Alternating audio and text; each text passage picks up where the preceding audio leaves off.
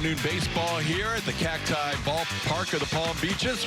West Palm Beach, Florida, the site. We'll send it down to our own Julia Morales. Hey, thanks, TK. Spring training rolling along here in West Palm Beach. These players are really easing their way into some of these games. For pitchers, they're trying to stick to that schedule. Really just looking to feel good after each outing. For today's starter, Jose Urquidy, who's on the mound as we speak. You hear his music. His #1 goal here in 2024 is to stay healthy. He talked a lot to me about the injury last year, just how bummed he was that he wasn't able to produce as much as he wanted for this club. He said, my goal is to pitch every 5th day in this rotation. Also, when it comes to his pitch mix, he's just put in a lot of work with the pitches that he's had, the ones he's felt pretty comfortable with, but would love to gain even more confidence. But again, today, looking to just feel strong out there in his first outing, TK. Yeah, you saw he just received the ball from Yainer Diaz, so he's just begun his warm-up tosses. Jose Urquidy, after a year where he was plagued with that injury that kept him out about half the season, trying to get healthy and trying to be part of that rotation for 2024, makes his first spring training start of this season. Washington Nationals lineup will have Lane Thomas leading off in the designated hitter role. Ildemaro Vargas is the shortstop. He'll bat second. James Wood, guy who hit a towering home run here in the first game of the spring, also hit a home run in his second game. He'll hit third and play in right field. Joey Meneses is the first baseman batting cleanup. Jake Alou is at third base. He'll bat fifth. Dylan Cruz, second overall pick in the MLB draft last year out of LSU. He bats sixth. Riley Adams will catch and hit seventh. Robert Hassel, the third in left field. He'll bat eighth. And Trey Lipscomb, another prospect at second base. He'll bat ninth for Davey Martinez. Ready to go with the Nationals as the visiting team. When these teams met each other for the first game of the spring, the Astros were the road team. Washington wearing the gray pants and the dark tops, and Jose Urquidy ready to go with the entire opening day starting infield, you would think, as you take a look at the Astros defensively. Jose Abreu, Jose Altuve, Jeremy Pena, Alex Bregman, and Yainer Diaz behind the plate. Here we go, underway for game number 5 of the spring training schedule. And Jose Urquidy, as always, gets strike one.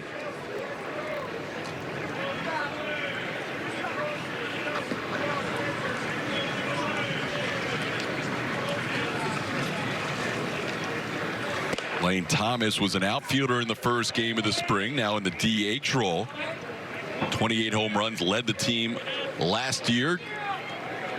Scored 101 runs, which also led the team. There you see his numbers on the season. Had a career year after coming over from the Cardinals 3 years prior. That pitch is just off the plate, down and away, says home plate umpire Edwin Jimenez. It's 2-1. Jimenez, CB Bucknor, Carlos Torres, and Jen Powell back umpiring today's game. This one grounded slowly towards third. Chance for Alex Bregman, and we're underway with a 5-3 on a ground ball to third.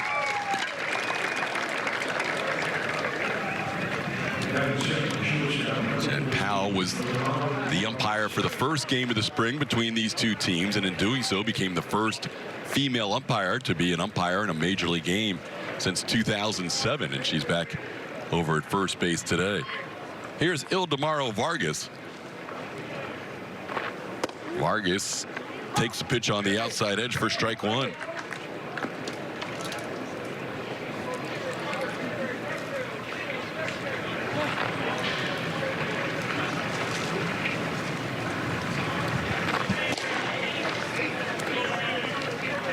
Vargas, a switch hitter.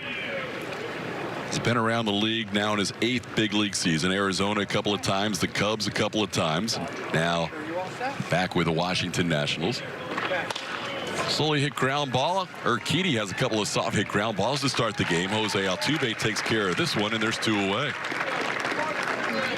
He would love to create soft contact. That's what got to him last year. We know he's a perennial strike thrower, but you also have to have a higher quality of strike, and last year he did not have those high quality strikes. The exit velocity was as high as it's ever been against him last season off the bat, and his hard hit percentage was up too.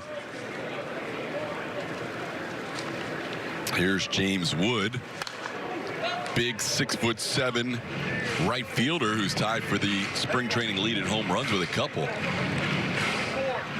Urquidy challenging him, and he gets a foul ball back out of play.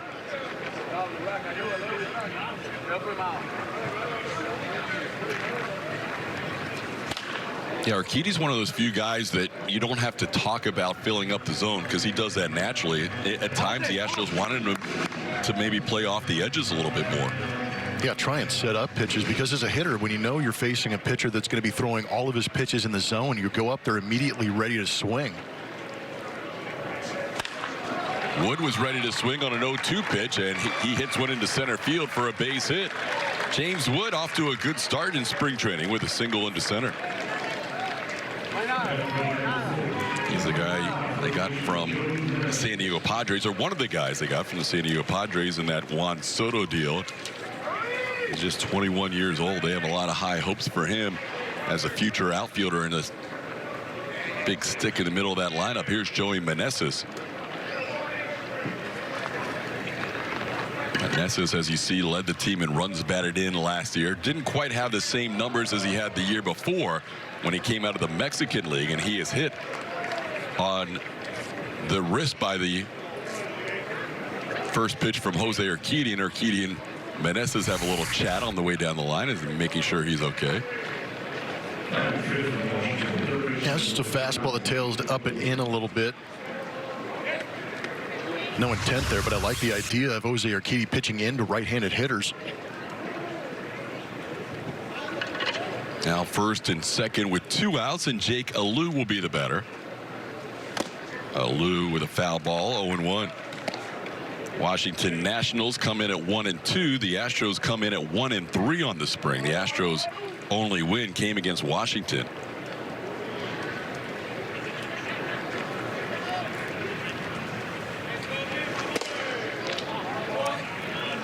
Alou, one of 4 left-hand hitters in the lineup. Vargas, the switch hitter. James Wood, Alou, and number 8 hitter Robert Hassel III. Alou's a guy that the Nationals like at second base, third base, and left field. Today he's playing over at third as Urquidy delivers a strike. It's a 1-2 count. Spring training is always a time for Jose Urquidy to work on some of those spin pitches, whether it be the slider or the breaking ball. Since he's broke into the league, he's been primarily fastball, changeup as his 2 best pitches, and it makes him very effective against left-handed hitters. But that's why I said I liked him pitching into right-handed hitters, kind of setting up that outside corner for the slider or the curveball, spinning away from right-handed hitters.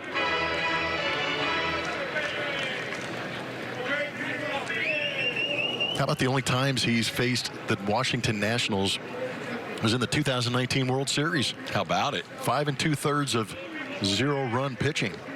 Huge win in that game at Nationals Park. A little snap throw by Yainer Diaz. Not sure if Jeremy Pena was expecting that, as he was behind the bag, was able to keep it from going into center field. Yeah, normally you don't back up your own throw. Played that on a hop. It looked like Wood was getting a little extensive lead, and Yainer wanted to backdoor pick him, but Jeremy Pena a little slow to get to the bag, if at all. Swing and a miss. Jose Urquidy strands 2 in the first inning. A hit by pitch, and nobody scores a run. We head to the bottom of the first, scoreless. Here is the lineup for the Astros, and the first 6 or 7 could be your opening day lineup. It's a new look with Yordan Alvarez in that 2 spot. Jose Altuve leads off. Alex Bregman, Kyle Tucker, Jose Abreu. Yainer Diaz batting 6. Jeremy Pena, Corey Julks, and Mauricio Dubon round out your lineup.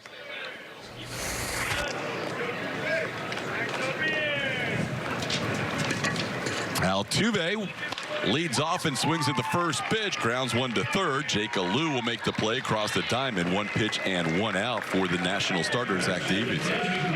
Davies is a veteran, been around a while, last couple of seasons with the Arizona Diamondbacks. He's not going to light up any radar guns. He's going to rely a lot on movement and location. Usually has a pretty good 2-seam fastball. Last season had a 62% ground ball rate. He'll throw everything at you: fastball, changeup, cutter, curveball, and slider.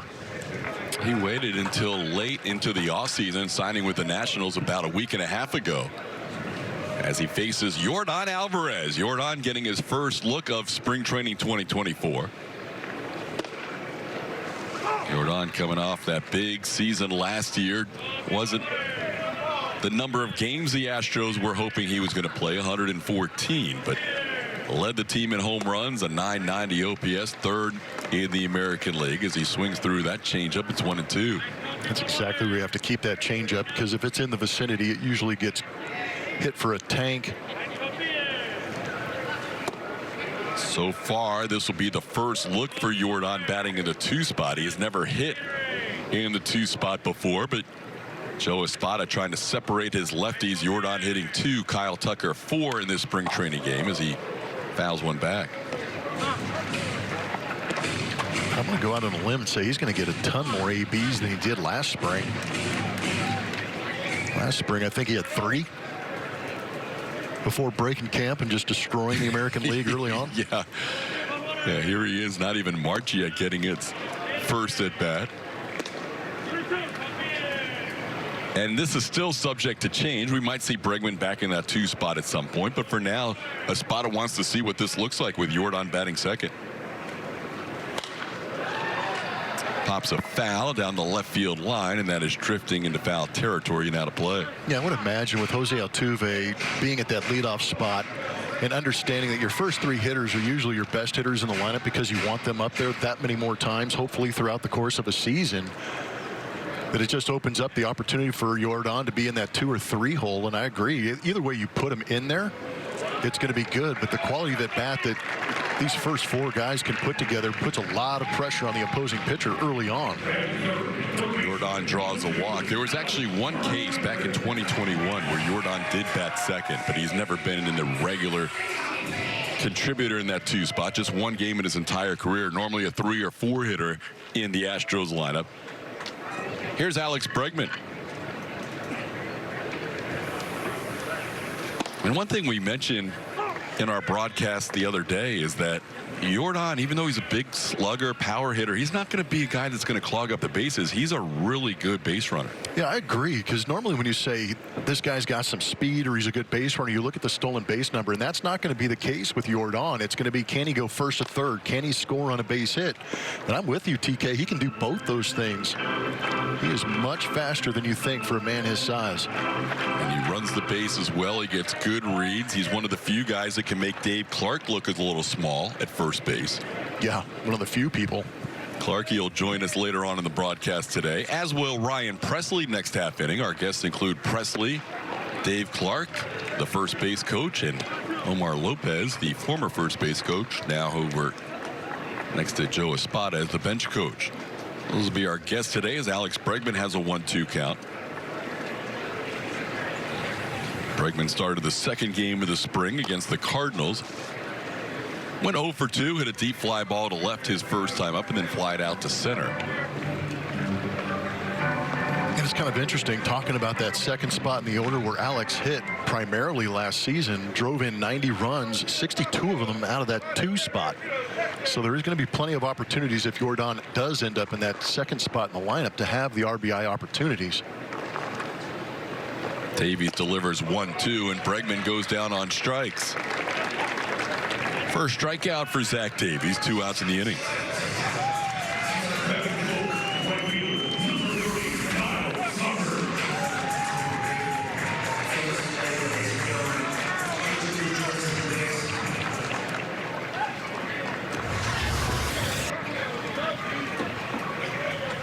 Davies last year had oblique and back issues and ended up allowing his highest batting average against of his career, .295 in 18 starts. He missed about 10 weeks last year with the Diamondbacks. As Kyle Tucker takes a strike. Tell you what, he's going to recruit Edwin Jimenez to be his home plate umpire every time he starts. He's getting that outside edge.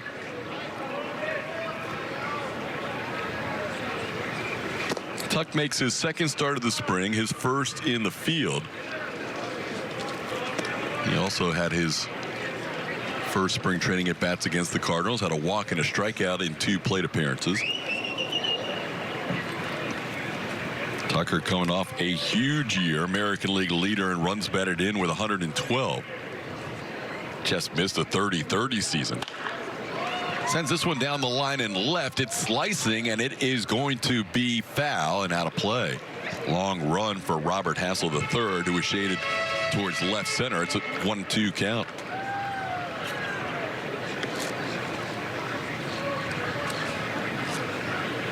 The young stud outfield today for the Nationals. Hassel III in left, Dylan Cruz in center, and James Wood in right. They hope those three guys might be the starting outfield in a few years.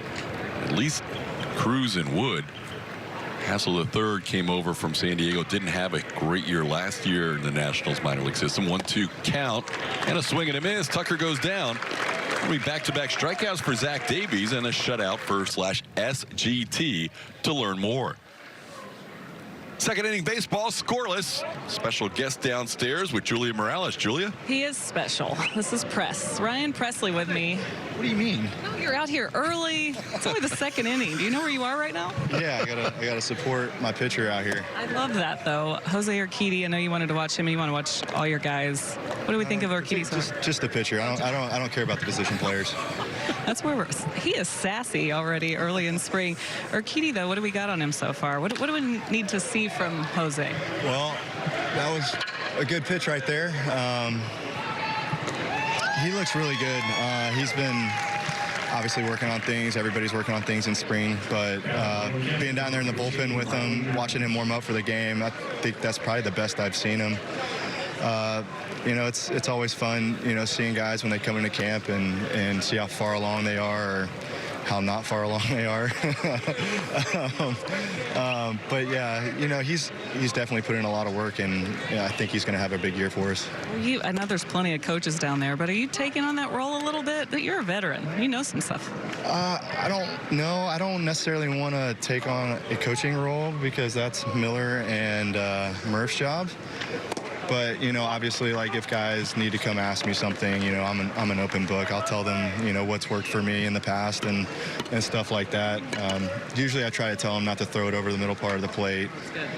You know, no walks, you know, make them earn it. And fastballs are for the cage. It's all good info. How many spring trainings is this for you?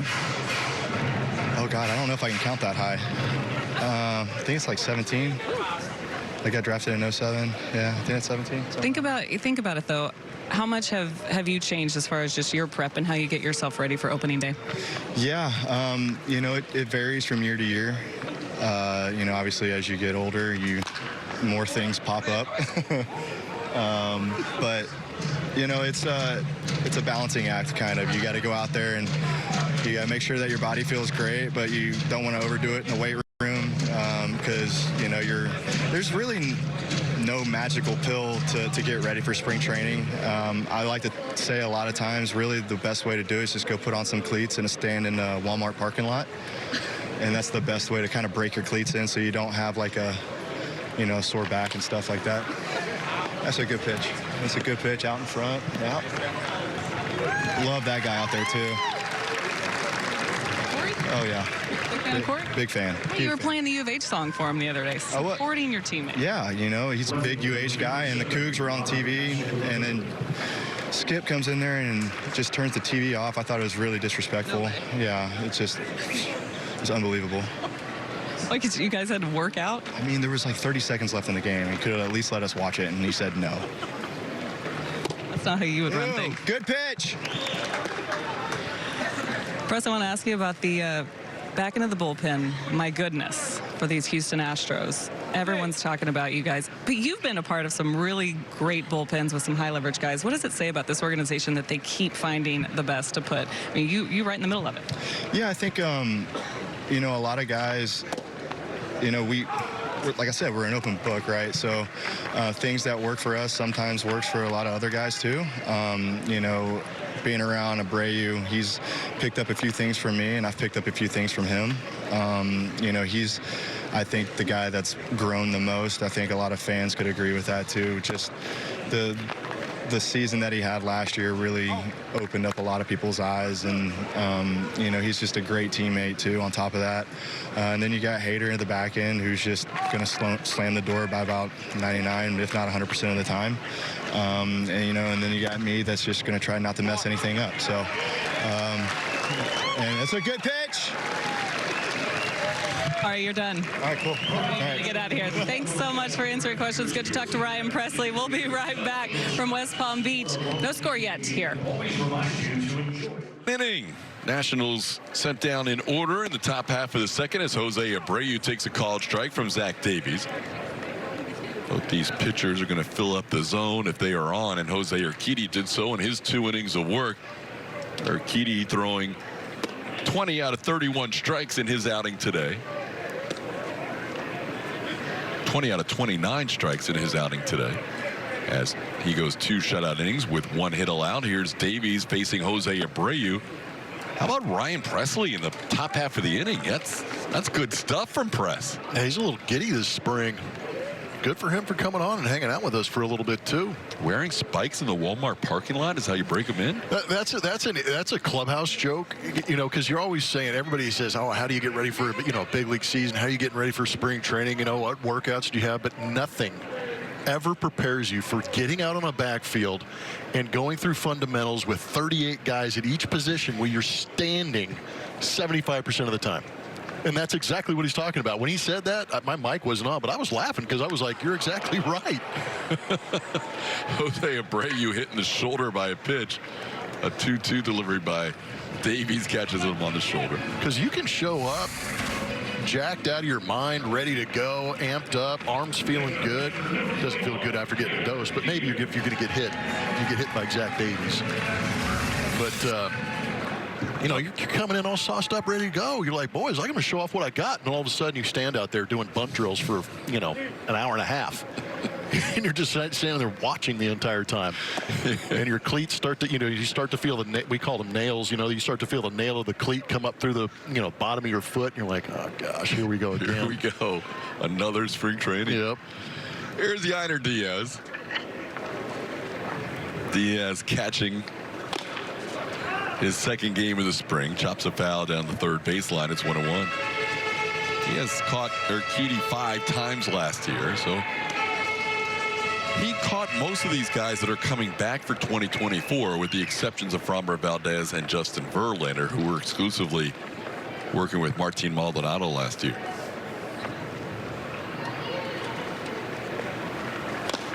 A little foul there. It's 1-2. But it's cool to hear from Presley because, number one, he's generally not available even in spring training because he's down in the bullpen. So for him to come into the dugout, hang out, watch his guy Jose Urquidy give us a little insight, that was pretty cool. Yeah, first of all, you love the affinity that these guys have for each other, to be willing to come out here, a third, fourth game of the spring training season to watch their guy throw and cheer them on. And at the same time, just be available to everybody, because he's kind of playing it down a little bit.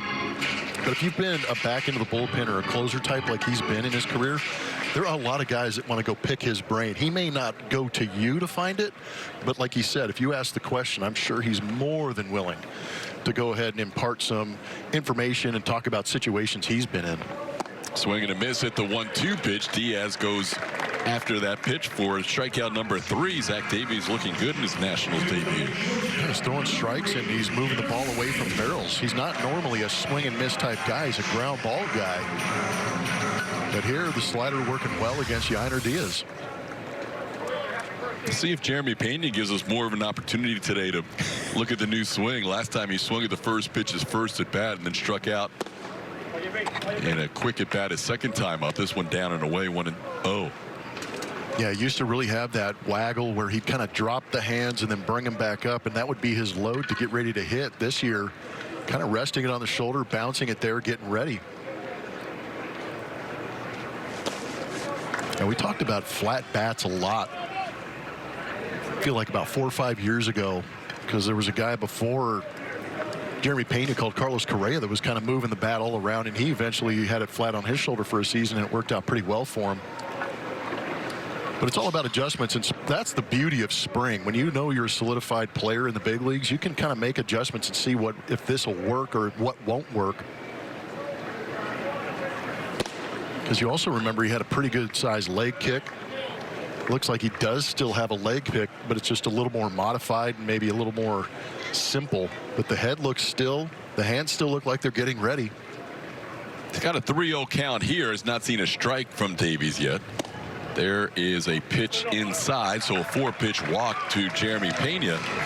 We'll put runners on first and second. He was going to let it go right there, too. That ball just tailed to the inside, unfortunately. ready to swing, but did not get a strike to look at in that AB. Here's Corey Julks.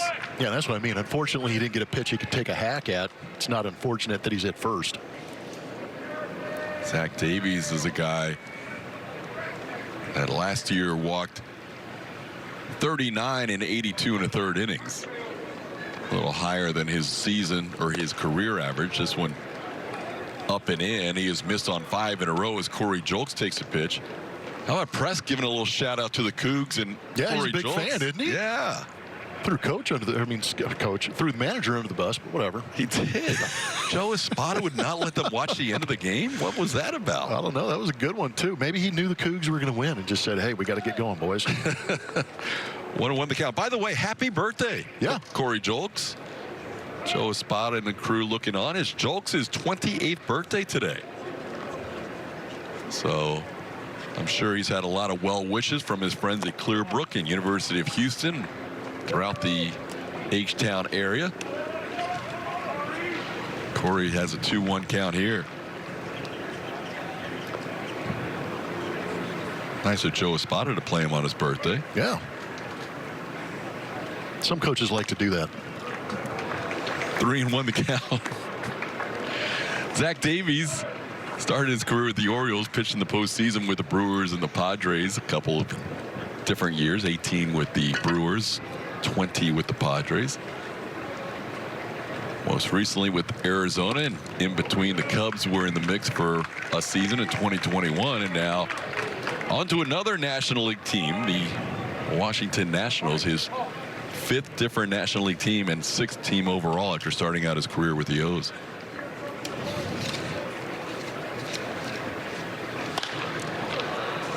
This one popped high in the air, shallow center field. Playable for Dylan Cruz, puts it away.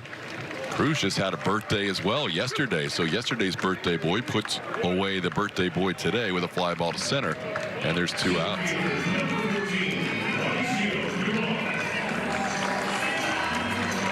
Bring up Mauricio Dubon getting his first at bat today. Dubon playing in center field.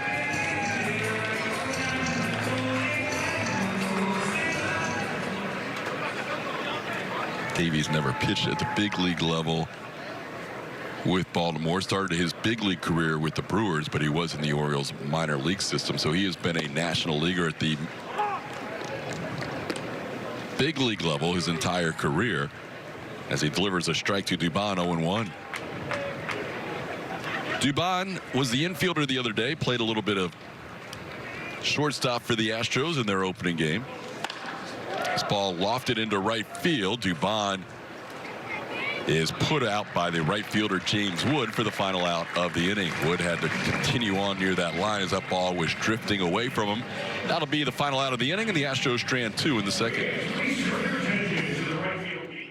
4 in center field, also had 6 in left, 9 at shortstop, 2 at first base. He won his first career Gold Glove at the utility position and then was also nominated at glove, but will shine brighter this season with the patch on it. But what a huge year for him offensively and defensively, and he hopes to help in the same way this year, TK. And we've already seen him at short in the spring. We see him in center field. He'll play a lot of different positions, and he was a finalist at second base and in the utility role last year as a Gold Glove finalist, and he ended up winning that utility Gold Glove. So good for Dubon. Played under 70 games at second base, didn't he? Do you know that offhand? How many he played? It's like 64, 65. Anyway, under 70, and he still qualified for the second base Gold Glove. So that gives you an idea how well he played. It was a question how the Astros were going to handle things with Jose Altuve out after he was hit by that pitch in the World Baseball Classic. You know, David Hensley was in the mix, and Mauricio Dubon was in the mix, and Dubon basically took over that role and played every day. Next thing you know, he had a 20-game hitting streak. Good to see Jose back and healthy, though, this spring, as the Astros had Dubon at second base for 75 games last year and 66 starts, and the rest of them, when that guy was healthy, was at second base. New pitcher for the Astros, a guy the Astros acquired this offseason. Yeah, Dylan Coleman. It's a big arm. First outing was a little bit rough, had some misplays behind him. Jose Abreu picking that one up nicely in foul territory to get that first out. and then lost command a little bit in that first outing. But they like this arm and the action from it because he's going to be in the high to upper 90s. Saw a couple of good sliders mixed in there. He can cut it every once in a while, but it's just the consistency in and around the strike zone to create some swing and miss. So Trey Lipscomb pops up for the first out. Here's Lane Thomas, the leadoff hitter, taking one off the plate for a ball, 1-0. The Coleman acquired December the 6th in a trade for minor leaguer Carlos Mateo. He was at the lower levels in Class A. Coleman's pitched for Kansas City the last 3 years, and 2021 was just a small sampling of outings, and then 22 had a really good year for the Royals. Last year, the command is what kept him out of the major leagues primarily, as he really struggled with his command.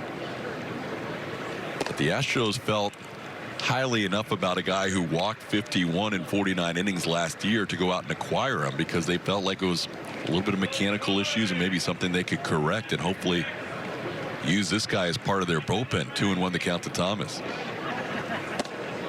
Yeah, I think that there's a real opportunity if he can have that slider working like it is this afternoon and have that upper 90s fastball to kind of be that guy that we talked about with Joe Espada and Dana Brown. You know, there's bridge guys, because we know the back end, the last 3 innings should be shut down with the Abreu, Presley, Hader combination. But there's going to be an opportunity for Bennett Souza. There's going to be an opportunity for Dylan Coleman to kind of create those roles from that 5th and 6th, maybe into the 7th, or cover innings when the Astros put up some big run totals too. 3-2 count here to Lane Thomas, and Thomas takes one down, ball 4.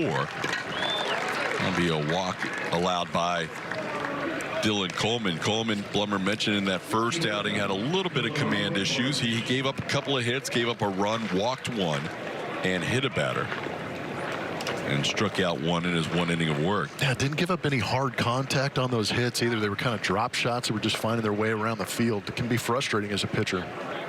That was against the Nationals, so he's facing the Nationals in back-to-back outings as Ildemaro Vargas fouls one out of play. It's 0-1. Coleman was a 4th-round pick out of Missouri State University, from Missouri.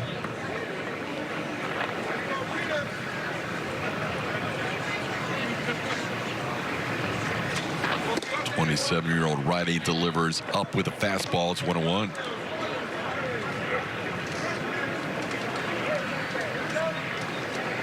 Astros and Nationals playing for the 2nd time this spring. They will play 7 times during spring training as they share the Cacti Park of the Palm Beaches.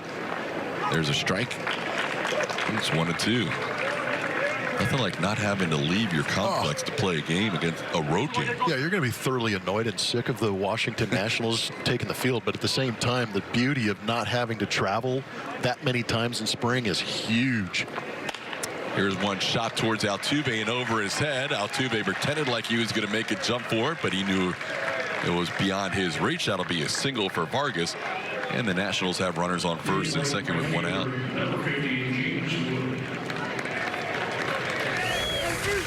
Again, not hard contact, but in that 2-strike count, Dylan trying to use that slider to get down and in. It looked like it just fluttered up out over the plate. And Vargas got himself a hanger that he was able to punch into center.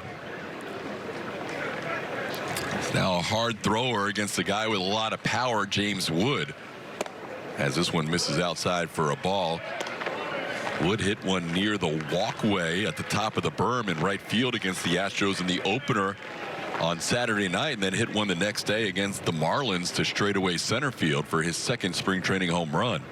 6'7" outfielder. And that is a fastball that I like that. Did not get called a strike. I was waiting for a strike to be put up on the board, but apparently. Wow. I thought that was a great pitch on that outside corner in a 1-0 count. Apparently, Edwin Jimenez thought it was off the plate. As 2-0. Now 3-0 as that one misses wide. No, he did call it a strike. He just 2-1. Okay. I didn't see the signal initially. 2-1 the count on Wood. That changes things a little bit. Now it's 3-1. See Coleman a little frustrated with himself, and that breaking ball bounced in there. That slider been a little bit inconsistent for him in this inning. Threw some good ones early on.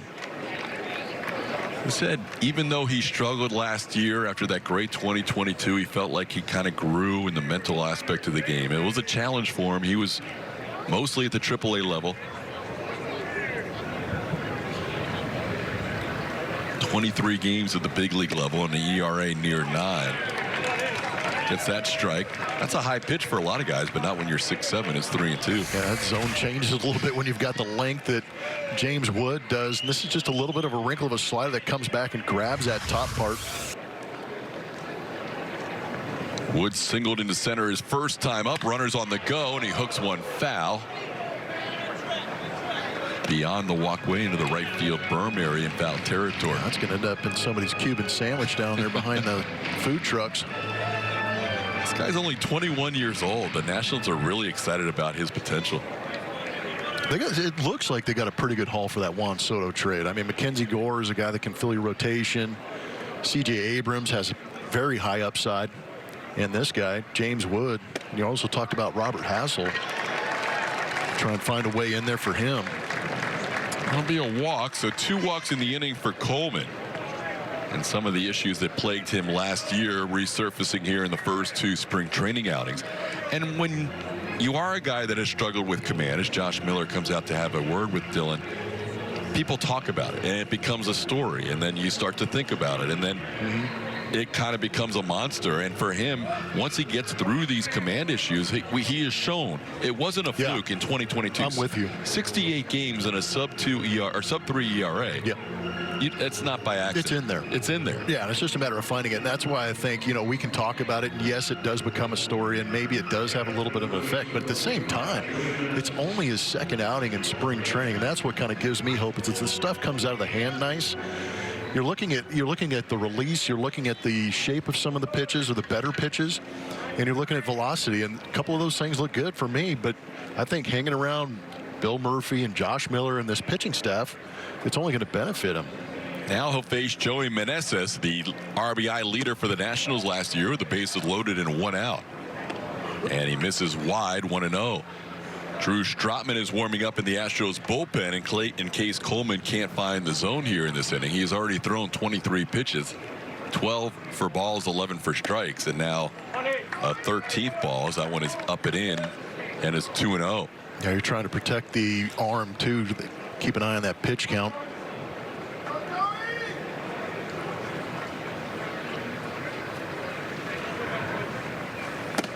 There is no secret that there are spots available in the Astros bullpen. And there is no secret that when you trade for a guy like Dylan Coleman, Dana Brown would like to see him be able to give it a run to make the team. But one of the keys is his ability to command the zone. And so far in this inning, a couple of walks now, a 3-0 count to Meneses. He swings on 3-0, chops one towards short. Pena to Altuve. Safe at second as Altuve drops the throw. That's going to score another run. It looked like they were going to get the out at second, but Pena's delivery to Altuve was dropped. And the Nationals have 2 runs scored. 1 will be earned. And we'll see how the other one goes as the inning progresses. Yeah, that's a tough play for Pena and Altuve, throwing back across your body, trying to get that lead out. Had to come charging in because Meneses aggressive, kind of taps that one, and Pena had to come running in. Tried to get that lead runner, but Altuve had a tough time picking it up. That's a tough angle for the second baseman to see that ball out of the hand.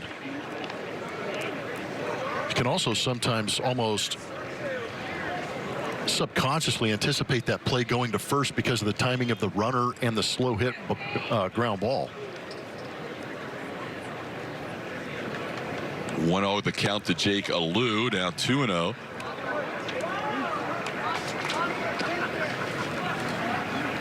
Alou struck out his first time up. When you started spring training, was it generally, I think I've asked you this before, one of your gloves from the year before? Would you sometimes break in a new glove? I would break in a new one. I mean, it sounds selfish, but I would just take the chance.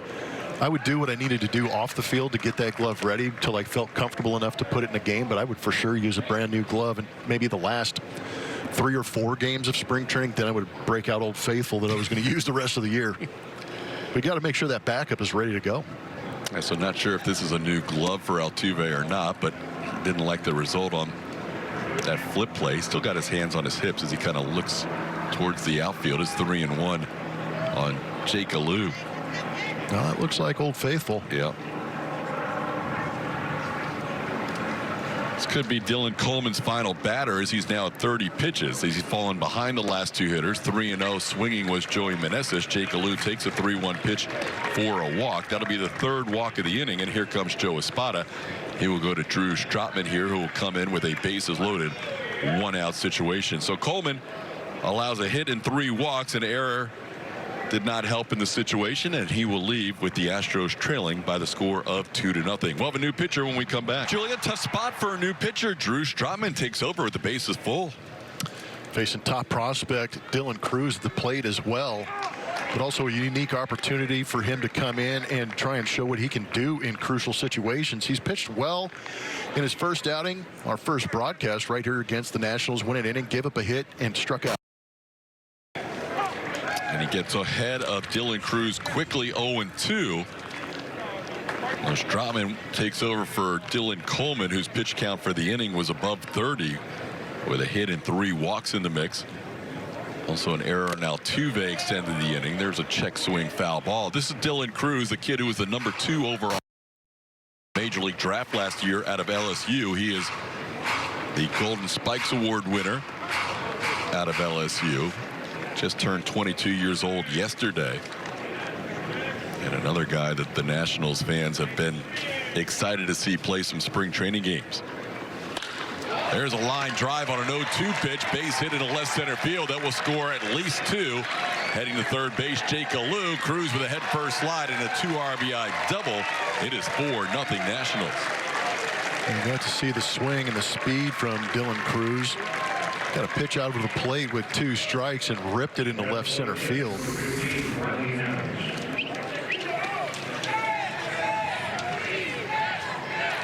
There you see that pitch tailing back to the inside. Strotman upset with himself. And Drew wanted a little better pitch there on an 0-2 count to a young hitter. Now he faces Riley Adams. Takes a strike. It's 0-1.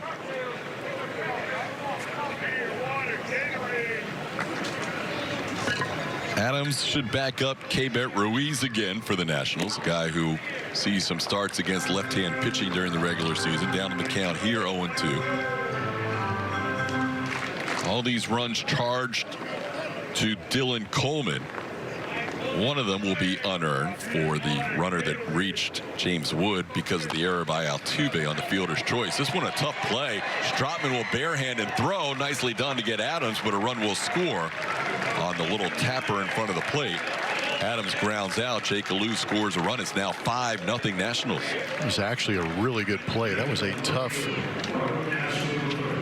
little nubber out in front. Tough call for Yiner, too, because Yiner wants to come out and make that play for sure, but he had to hold his ground in case he saw Strotman come towards him trying to cut down that run at home plate.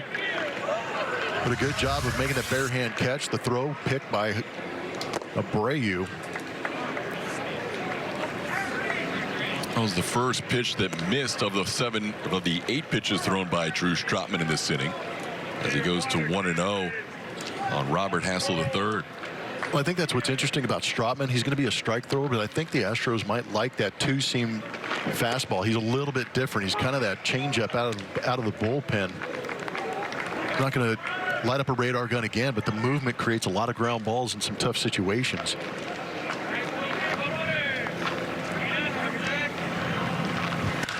This ball into left field. Julks turns around and watches this one, and that's going to sail into the bullpen for a 2-run home run. Robert Hassel III, 22-year-old outfielder.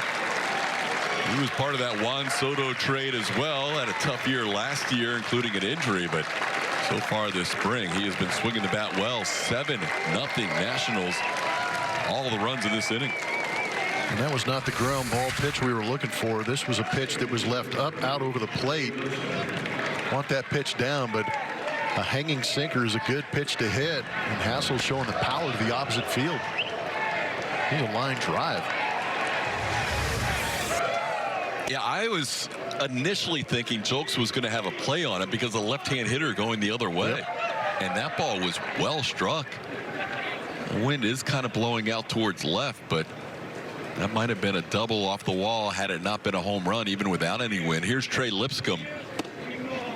Lipscomb popped up in his first at bat. He had led off this inning with a pop up to Jose Abreu. Now here he bats again with 2 outs and the bases cleared after 7 runs have scored. Lipscomb's another guy who's made some noise after being drafted out of University of Tennessee. He was a 3rd-round pick just a couple of years ago in the 22 draft.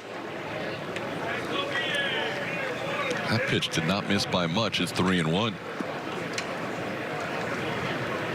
Lipscomb's a good case for guys who have to wait their turn in college. He did not play much for the Tennessee Volunteers his first 3 years, and all of a sudden had a big senior year. Didn't have many games or at bats under his belt his first 3 college years. Had a big senior year. Next thing you know, he's a 3rd-round pick. And last year he was a Gold Glove winner at 3rd base in the minor leagues, and he's now a prospect for the Nationals, thinking about a potential big league career. This one off the plate, ball 4. Lipscomb draws a walk in this inning. That seems to not be able to end for the Astros. Continues with an 11th hitter in the inning. You're right, though, about some of these young players kind of get backed up in the college ranks behind some upperclassmen. COVID years, medical red shirts, guys are playing until they're 29 years old, and you got to wait your turn. But here you just get the opportunity with the club to go show your stuff, and now he's getting it. He's got that prospect status.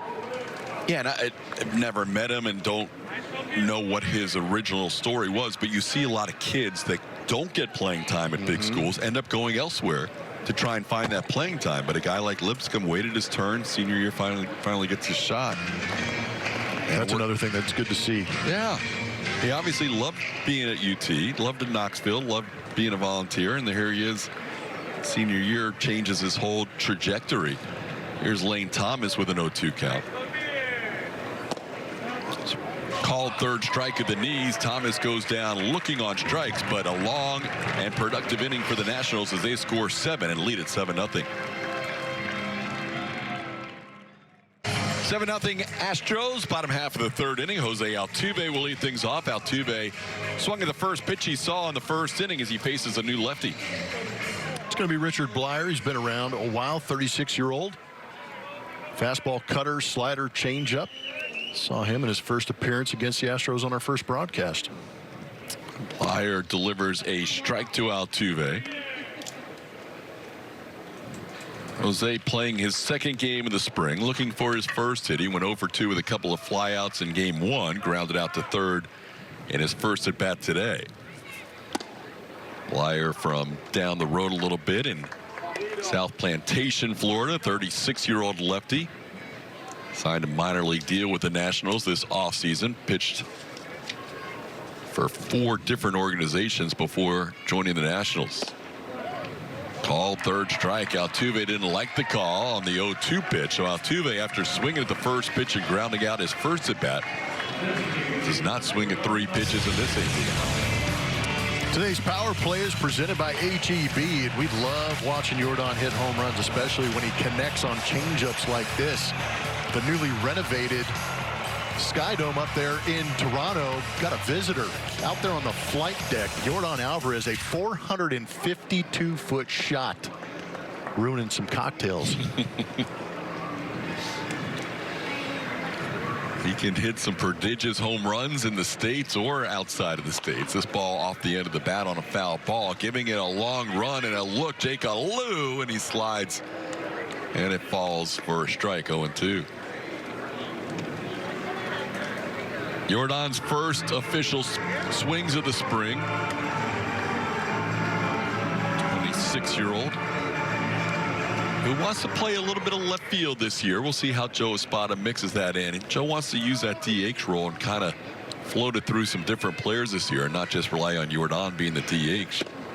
That's a pretty good pitch. 0-2 froze Jordan, and that'll be back-to-back called 3rd strikes. Blyer has struck out 2 on 6 pitches. Jimenez not endearing himself to the Astro hitters. A couple of pitches up in the zone, ringing up two very good hitters in Altuve and Alvarez. Up around the letters. Alex Bregman needs to prevent the immaculate inning, but so far it's still intact with an 0-1 count on a breaking ball in the outside corner. 7 pitches, 7 strikes. Bregman struck out swinging his first time up. Now it's 0-2. Astros offense started out the spring with 7 runs in 3 innings. But since then, they've had 1 run scored in the last 35 2/3 now. There we go. There's no immaculate inning. That's on Edwin Jimenez.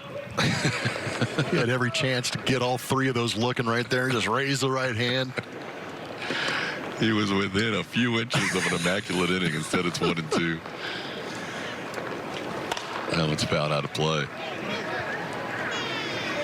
I mean, it is spring, so you're not overly concerned, but you'd like to see a little bit of offense. Yesterday, the Astros had 2 hits in their game against the Tigers. Today, so far, they don't have any hits, as they have a lot of their regulars in the lineup. Whoa. Gutsy take. I mean, Blyer was 3 or 4 steps towards the dugout. He thought for sure that was a called 3rd strike. No call. Well, there was a call. It wasn't the one that Nationals were looking for. It was called a ball, 2-2. Swing and a miss. How about Richard Blyer?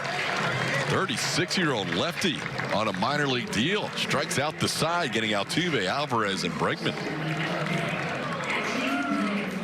Ability you deserve with the Astros mini plans. It's Astros baseball on your terms. Learn more and build your mini plan today at astros.com/mini plans. Drew Strotman begins with a clean inning. He came on with the bases loaded last inning. Gave up a couple of runs of his own and gave up 3 inherited runners scoring as well. 5 of the runs charged to Dylan Coleman, 1 of them unearned, and then both runs against Strotman were earned with a double and a home run. Now facing the number 2 hitter, Ildemaro Vargas, to lead off here in the 4th. Has a 2-1 count. Astros down 7-0 as we play into the 4th inning. Only 4 hits for Washington, but 3 walks in that 3rd inning. Allowed the Nationals to score 7 runs. This one shot foul. And the count's 2-2.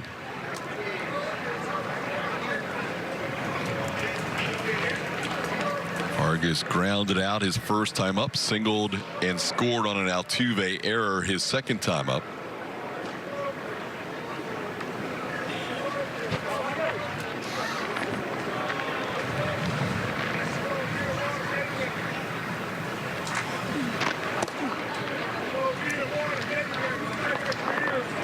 Off the plate, full count. Strotman begins the inning. We'll see how many pitches they let him throw as the Astros have bullpen action going. This is a ball sliced out of play. Stays 3-2. Strotman's a no-cow guy. Went to Hempstead High School in Cupertino, California, and on to St. Mary's College. I wonder if he's got any Apple stock.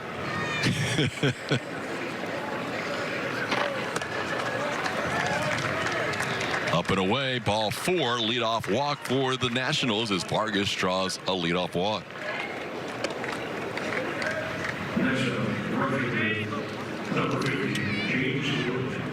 Time for a word from Reliant. Reliant, official energy provider of the Houston Astros.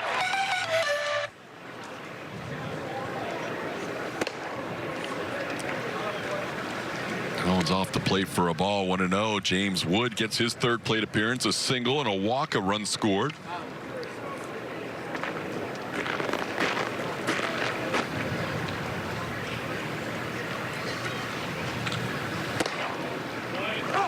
There's a strike. It's 1-1.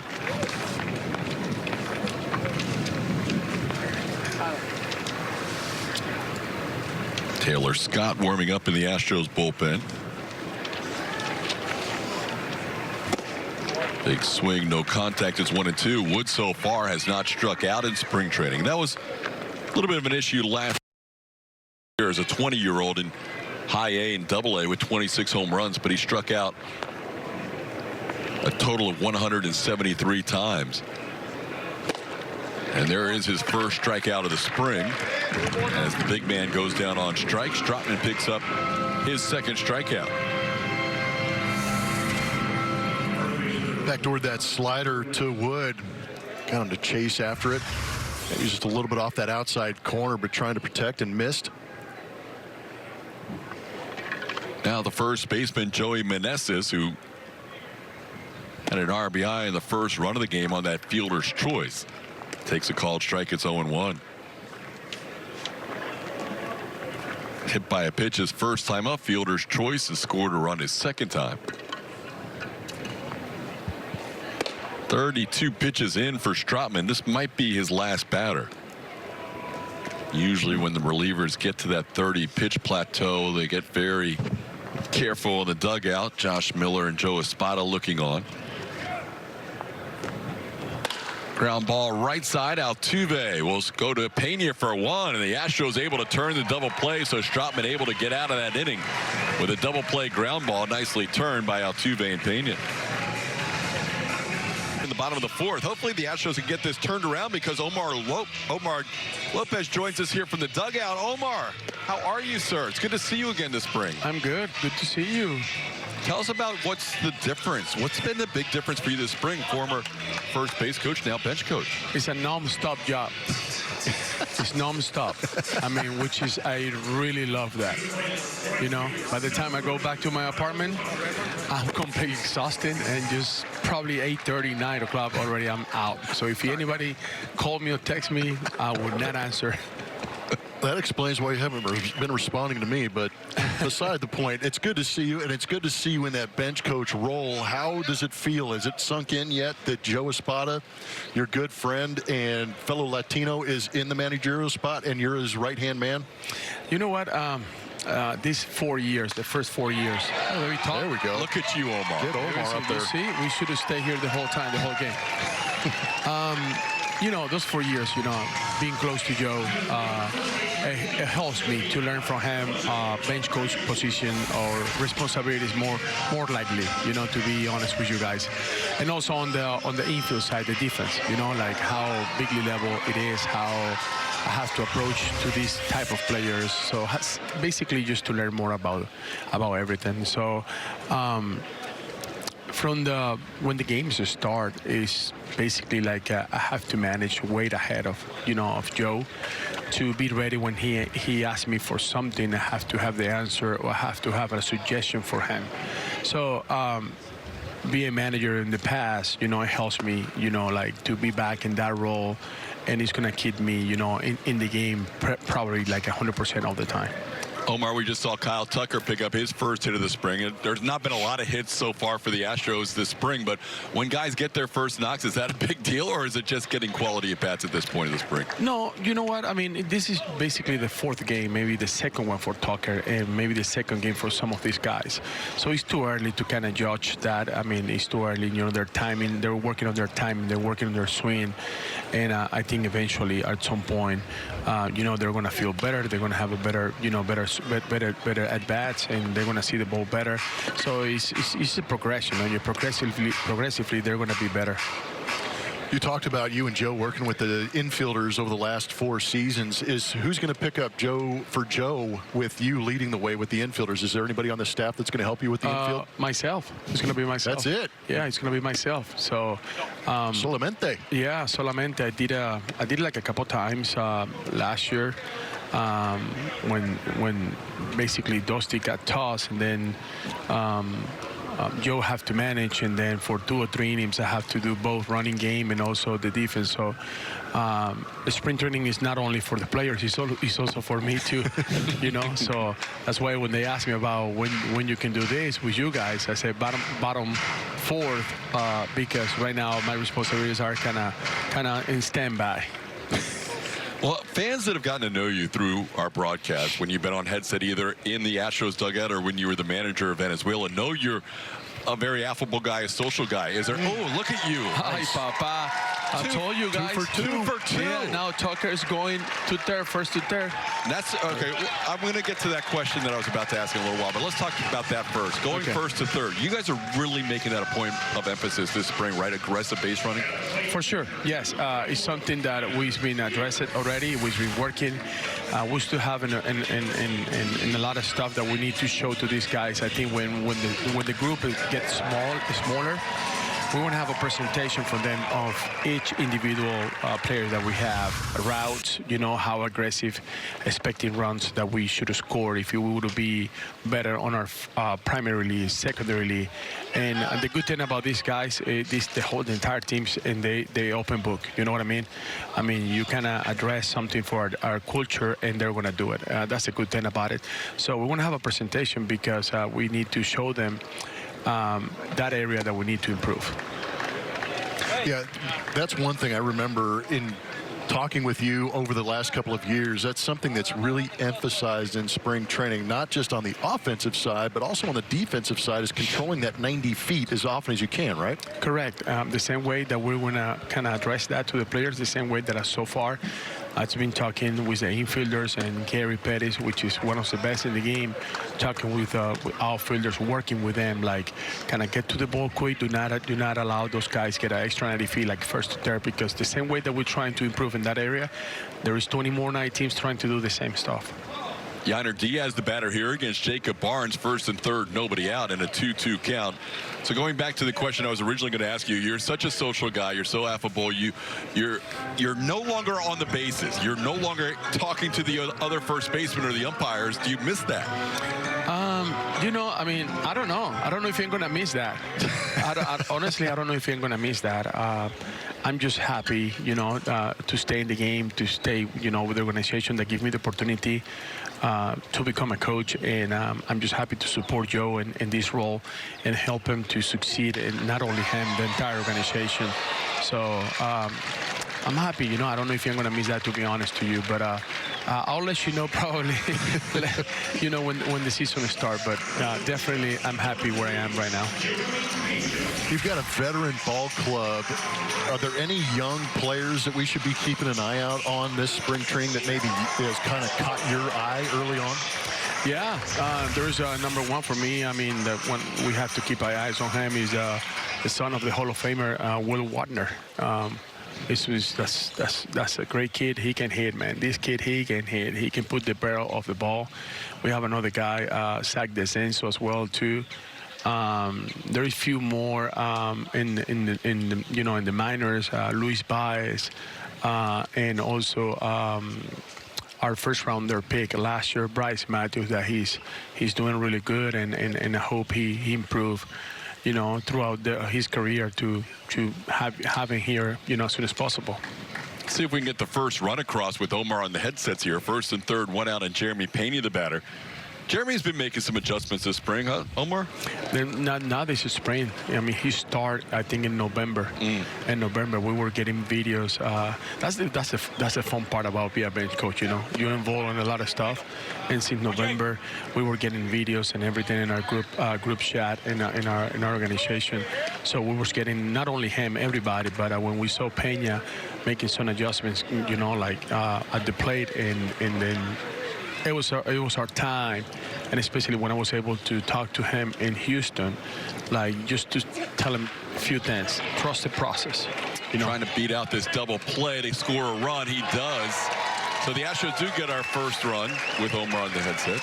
Yeah, the most important thing for Jeremy is just trust the process. You know what I mean? Trust the process. First year in the big league level was really good, and then the second year usually is the hardest one for guys that haven't been long time. So this third year for him, I'm hoping and I'm praying for him that it's gonna be a great year for Jeremy.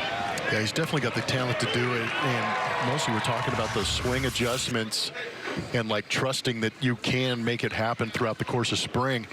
With a veteran group, how hard is it, or is it hard to motivate some of these older players in camp that have been here for an extreme amount of time and have the big time contracts, know they're going to be written in the lineup? How do you motivate those guys? I mean, you know what? It's like I said, this group is such a great group, Blummer, that there's a veteran club, but they work and they always open to learn every single day.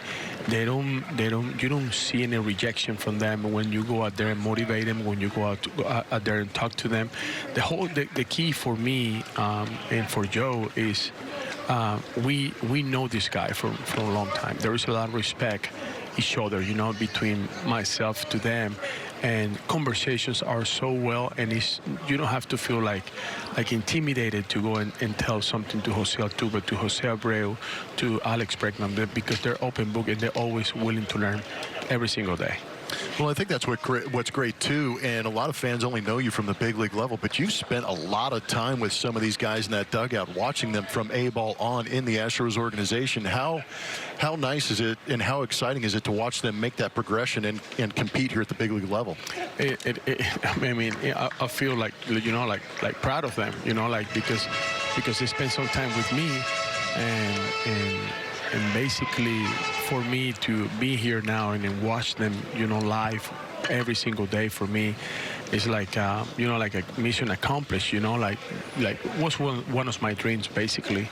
And the key, like I said, Blummer, is get to know this guy. I noticed this about more before I get to the big leagues, maybe 5 years before I get to the biggest league, that the most important thing is get to know this guy. These guys need to be clear mentally to be able to perform on the field. So in that way, I have to get to know them, because they not only have to make, oh wow, yeah, nice play right there.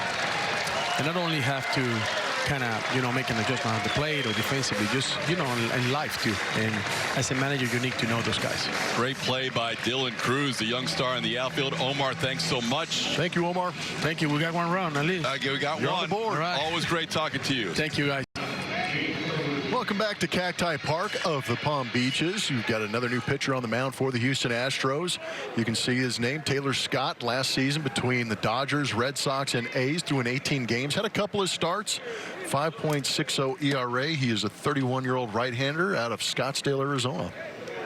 Scott's first inning in an Astros uniform was a 1-2-3 inning against the same Washington Nationals, getting Luis Garcia Jr., Victor Robles, and C.J. Abrams. Now facing Jake Alou, and he gets a ground ball the other way to Alex Bregman, and Bregman makes the play.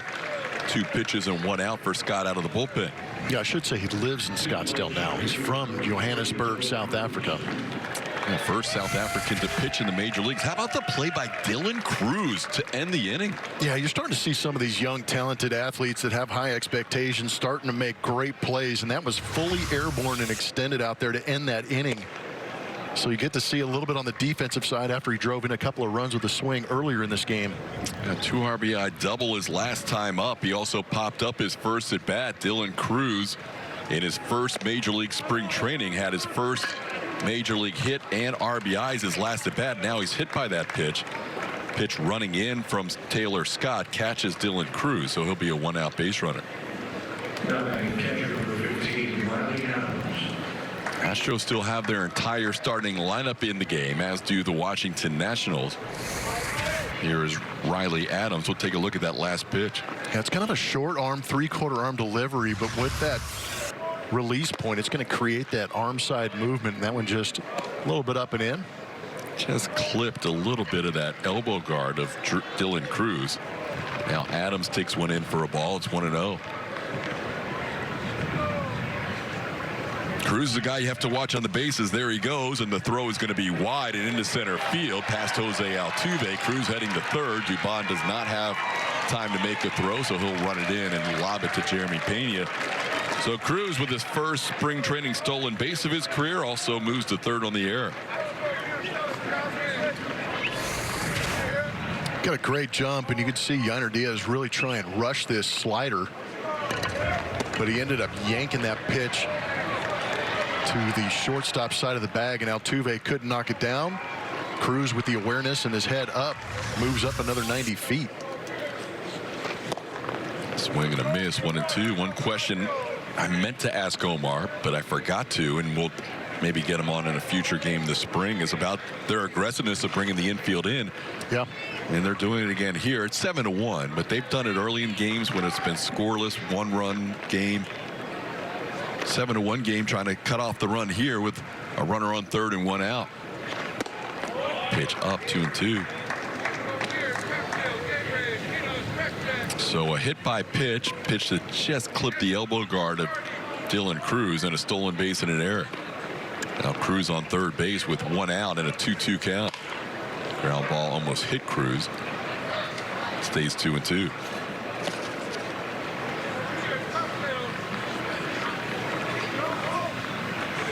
Yeah, it would have been interesting to hear Omar's conversation about why that infield's in, because different managers use different situations to bring that infield in. Some of them will look at the scoreboard. Some of them will look at the outs, the hitter. They'll take everything into account. But I'm kind of leaning on the side of I like it. I like it. Just because it kind of alters what the hitter's trying to do. It puts pressure on the base runner with one out now. He's got to make a decision when that ball is put in play. Just missing on the 3-2. Diaz held it there for an extra beat, but doesn't get the call. That'll be a walk. So first and third with one out, down to Julia. The Texas Children's Houston Open returns to the spring on March 28th through March 31st. Get your tickets to see the top PGA Tour players compete at Memorial Park Golf Course. Get your tickets at tchouopen.com/tickets. TK. First day of that tournament and opening day for the Astros 1 month from tomorrow. As excited as I am about that, I'm not. And it's selfish. Because I like going to the golf tournament. You can't do both. Yeah. I mean, I could, but it would put a lot of pressure on you and Julia to pick me up the rest of the way. The PGA Tour's in town here. Yeah. Just down the road, PGA Boulevard, as the PGA tournament will start here on Thursday. But that's exciting, having that tournament in March. Mm-hmm. Perfect spot. Oh, man, yeah. 2 weeks before the Masters. Some people are going to be very lucky and be able to go to the Masters. Oh, man. Could you imagine being able to do that? Yeah, that would be amazing. I'd take you with me. You would? If I could.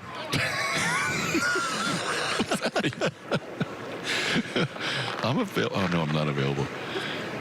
Don't do the count on Robert Hassel III. I mean, you got a stunt double. We can make that happen. The newly named Cognizant Classic in the Palm Beaches is what's going to transpire beginning Thursday. That was a pretty good pitch there on an 0-2 pitch. Hassel III didn't think it was a strike, but he's called out. No, that was a great pitch. It looked like might have been a little bit of a changeup. Just kind of backed up and settled on that outside corner.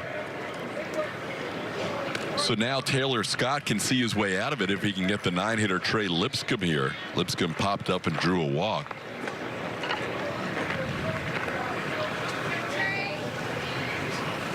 That one's found out of play. The guys in the bullpen can do the math. They know Montero's going to make the team. They know the back three of Brian Abreu, Ryan Presley, Josh Hader. They're locked in, obviously. There's nobody else that can say they think they are locked in. So there are spots out there. And there are a lot of candidates to try and fill those 4 spots, as this one misses inside for a ball, 1-1. We're seeing some of those candidates today did not go the way Dylan Coleman and Drew Strotman hoped today. Coleman gave up 4 runs earned in a third of an inning, and Strotman gave up a couple of runs on a 2-run home run in 2/3 of an inning. Excuse me, an inning in 2/3 as he pitched that second inning of work out of the pen. Jose Altuve makes the play for the final out. So a nice job after a hit batter, a stolen base, an error, and a walk to get through the inning scoreless. It is Big City Wings. Mauricio Dubon will lead off bottom half of the 5th inning, facing Robert Gesellman. As the first pitch is swung on and fouled back. Longtime New York Met, pitched a year with the Cubs and then spent last year in Yokohama, Japan. Now trying to make the Washington Nationals. Fastball, slider, changeup, curve. You can see the 2022 numbers in 8 starts.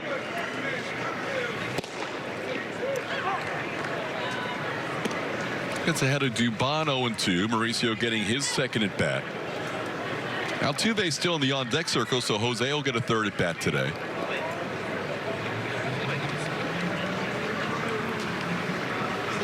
This one in the air to center field. Dylan Cruz moving back on it. Pretty well hit by Dubon, but playable. And Cruz puts it away for out number 1.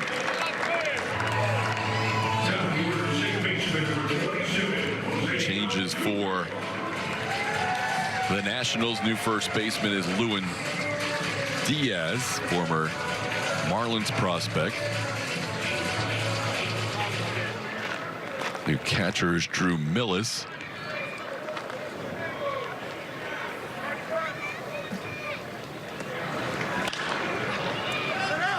Asim Nunez has taken over at shortstop. So 3 changes for the Nationals defensively. We're expecting to see Darren Baker play some second base for Dave Martinez today, Dusty Baker's son. But he is not in the game as of yet. Trey Lipscomb's still in there. Altuve has 1 at bat where he swung 1 time and grounded out, and the next at bat where he took 3 pitches and struck out. Now he's down on the count in his 3rd at bat, 0-2.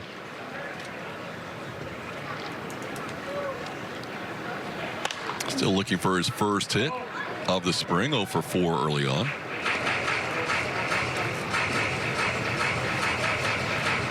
As Omar Lopez said the last inning, no panic though. These guys just kind of getting their timing down right now.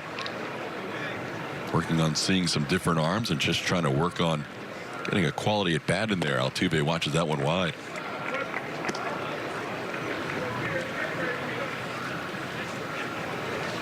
You don't want to waste too many good swings in spring. But I saw those swings from Tucker and Abreu. Those are ideal spring training swings. Just lasers into that opposite field gap. Let that ball travel a little bit and get the barrel to it.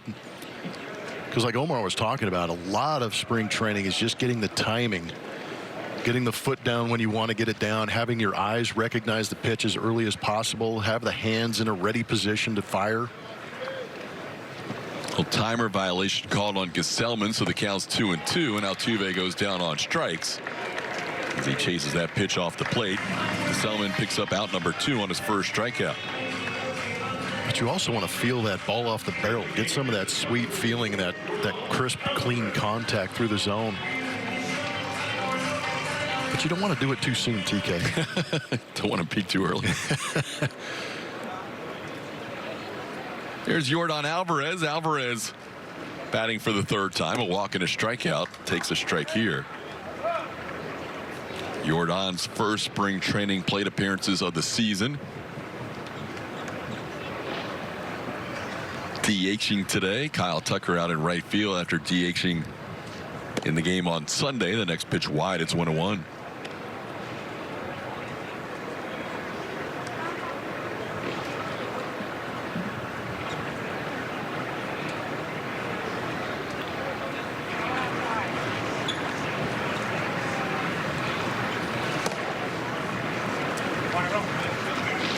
Astros have a run on 2 hits. Blummer mentioned the 2 hits. Tucker and Abreu with singles. Run scored on a RBI fielder's choice by Jeremy Pena, who beat out a potential double play. 2-1 is in, and Yordan has a 3-1 count here. See if he gets a pitch he likes.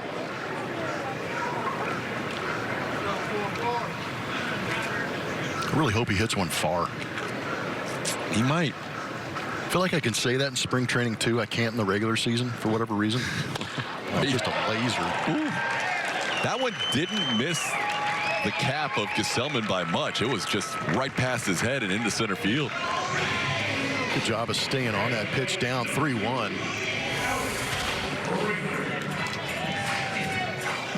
Yordan's a good hitter too. It's what a lot of people discount is the fact that he can go out there and just take those pitches, those tough pitcher pitches, and just rifle them back up the middle and get himself on base for the guys behind him. But that was a beautiful swing from Yordan. Again, 3 at bats. He's ready. Yeah, he's good. He is good. He was on base twice, a base hit and a walk, and gets some slaps of encouragement on the way through the dugout as he is pinch run for by Luke Berryhill. Maybe the first pinch run appearance of Luke Berryhill's career. Here's Alex Bregman. Bregman struck out a couple of times. Struck out against Zach Davies in the first, Richard Blyer in the third. Takes a pitch down. It's 1-1. We're here to see a multiple strikeout game for Bregman.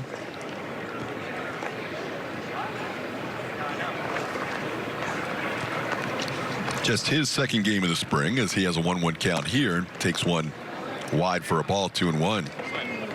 Astros won the first game of the spring against the Washington Nationals. That was a 7-4 win. Lost a split game doubleheader, split squad doubleheader on Sunday, losing both ends of those 2 games against the Mets and the Cardinals. This ball in the air to left center field, pretty well hit, but Cruz covers a lot of ground, calls off his left fielder Robert Hassel III, and makes the play for the final out of the inning. 1 hit, 1 left on. We head to inning 6. Still of jersey, hat, drawstring, backpack, lanyard, and 4 tickets to an Astros game. Visit astros.com/buddies. One of the unique aspects of spring training is that Taylor Scott, when he left the mound after the 5th inning, had a different catcher, Yainer Diaz. Now he's got Miguel Palma calling the signals for him, and he's got 7 different players behind him. The entire Astros team has changed with the exception of the pitcher, Taylor Scott. Yeah, it's like a hockey match. All of a sudden, the second shift came in. There you go. The first shifters are heading towards the clubhouse, like Jose Altuve. Altuve replaced by Chad Stevens. Jeremy Pena replaced by Shea Whitcomb. Alex Bregman replaced by Will Wagner. Juan Yepes is the current hitter, as he is hitting in the DH role for Lane Thomas. Also Jordan Brewer in the game for Jose Abreu. That one's wide. 2-2 the count to Yepes. And the outfield's completely different. Zach Daniels, Pedro Leon, and Kennedy Corona getting his first TV action of the spring. Your outfield from left to right. So everybody's day is done. Altuve, Alvarez, and Bregman got 3 plate appearances. The rest of the team got 2 each. Scott with a 2-2 count delivers home and is fouled away. Not sure how they're going to bat in the order. Joe Espada said he will not always just go position for position in terms of the batting order. It depends on lefty righty pitching against them and who he wants to see hit in that lineup. That one's in near the hands of Yepes, and it's 3-2. Yepes the DH, followed by the catcher who came into the game last inning. That is Drew Millis on deck. This one loop foul. Jordan Brewer, new first baseman, gets a chance right away and puts it away for out number 1. Well, the Astros lost yesterday to the Tigers to drop their spring training record to 1-3. It was impressive to see. The first chance for me to see Spencer Arrighetti pitch in a game, and he looked very impressive. Yeah, a lot of the reports coming back were great. 3 strikeouts, mixed in his fastball, his cutter, his changeup. Just a lot of poise, and who knows what 2024 portends for a guy like Spencer Arrighetti, but I imagine he will be an Astro at some point this season. Don't want to put too much pressure on the kid, but he looks like he is ready to go very soon. I think he was close to making his debut last year. There were discussions of whether he might get a start at some point last year, but I think this year is his time. That's good news for him. It's good news for the Astros, too. Grounder to the right side, played there nicely by Chad Stevens, and there's 2 quick outs for Taylor Scott here in the 6th inning. So here are the numbers for Arrighetti against the Tigers yesterday. A couple of innings and 1 hit allowed, struck out 3. Got Riley Green on a changeup. Struck out Mark Canha, struck out Colt Keith. Worked around an error to start the game. So good outing for Arrighetti. We'll follow his progress as the spring goes along. Tomorrow the Astros will be giving the ball to a guy we saw work out of the bullpen the other day. Maiciel Tamarez is going to get the start. That'll be against the Marlins on the road, and then Ronel Blanco will be the first pitcher to get 2 starts this spring, as he'll start Thursday's game against the Mets here in West Palm Beach. Cacti Park of the Palm Beaches. We've had some nice weather this first run down here. Julia Plummer and myself will head back to Houston tomorrow. We'll do some games from Houston the rest of the spring and then come back down towards the end of spring training. 77 degrees right now in West Palm. 1-2 pitches down, 2-2. Houston's been really nice too. 83 today in Houston. Yeah, it's been gorgeous. Of course, we're going to fly back tomorrow, and it's going to be 65 degrees. Is it? I think so. It drops pretty good. Of course. Yeah, bring the dark clouds back. 2-2 pitch. Ground ball over the mound, but right there is the shortstop, Shea Whitcomb. He makes the play, and that'll do it. Nice inning for Taylor Scott. Pop up in a couple of groundouts, and he ends up going 2 innings of work. Shutout baseball. That's 3 shutout innings so far for Scott. Battle. This happened on August 3rd. You see the bases were loaded there. It was a battle between Bautista, Kyle Tucker. King Tuck would win. He launched a go-ahead 9th inning grand slam. That would give the Astros the win while keeping them on track there with the Rangers in the division. So a big win at the time. And he fouled off some pitches, eventually squared up the 100.4 mile per hour fastball for a dramatic shot. Wow.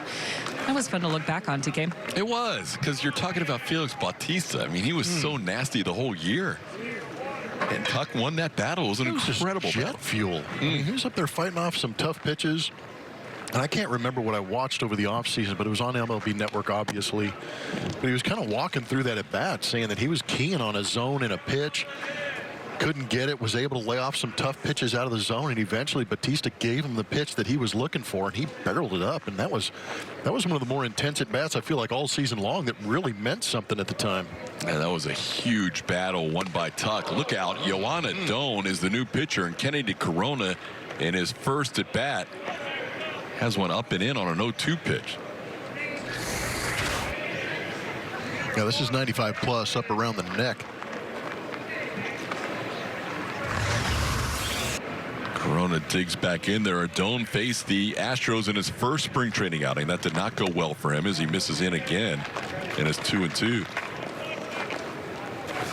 Doan pitched in the opener on Saturday and went 1 inning, allowing 4 hits, 5 runs. 3 of them earned, walked a couple, and struck out a couple. The Astros scored 2 on the starter Patrick Corbin and another 5-3 earned against Doan, who's having trouble with his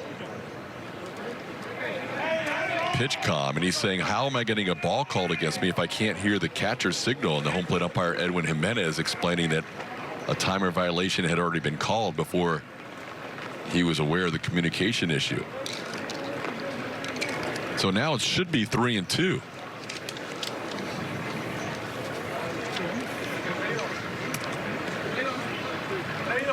Kennedy Corona, our first look at him in a Space City Home Network game.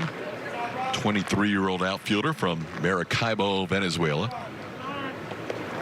And now he'll call time.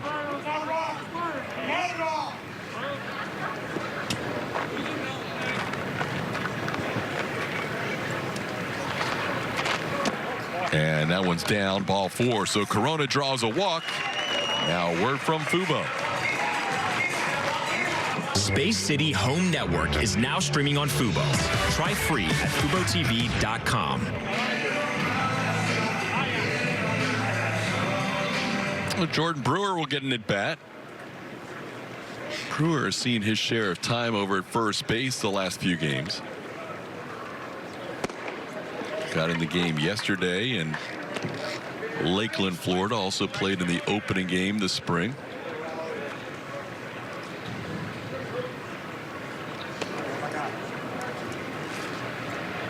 Brewer batting .500 on the spring. Astros only had 2 hits in yesterday's game. Brewer ended up getting 1 at bat in that game behind John Singleton.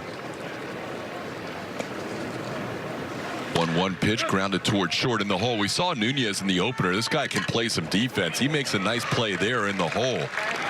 Nasim Nunez, a Rule 5 pick for the Nationals. That one wasn't quite as flashy as some we saw earlier, but he's got some good defensive skills. He was also pretty cerebral, too, because off the bat, he realized he wasn't going to have a chance to turn that double play, so he already made the decision before he even caught this baseball to go to first base. Kind of a big hop, and he decided to take a couple of steps back and make sure he at least got that out at first base. Good play. No, he's fun to watch. He's got some great feet, good hands. He's a guy that needs to make the team or be offered back for the Nationals, but he's a guy who is a defensive wizard. It's just a matter of whether he can hit enough, but he can spell you in a lot of different positions. Here's non-roster invitee Miguel Palma getting his first at bat. His first spring training with the Astros. Palma in there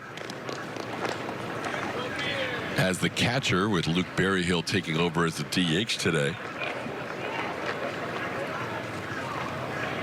22-year-old out of Caracas, Venezuela, signed with the Astros back in the summer of 2018. Counts 2-1 on Palma.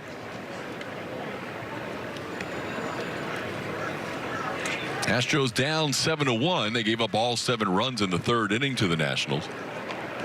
Got their single run back on an RBI fielder's choice by Jeremy Pena, scoring Kyle Tucker. This one towards the line at 3rd. Shaded over at 3rd was the new 3rd baseman Brady House, who makes the play. House was not far off the line to make that play for out number 2.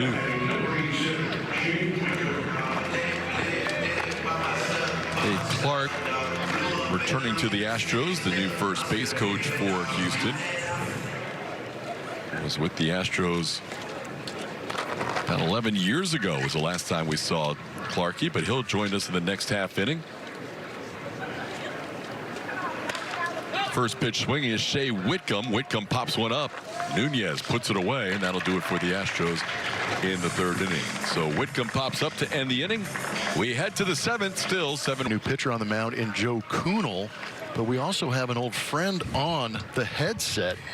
The new first base coach for the Houston Astros is Dave Clark. And Dave, you probably thought you were getting rid of me back in 2009, didn't you?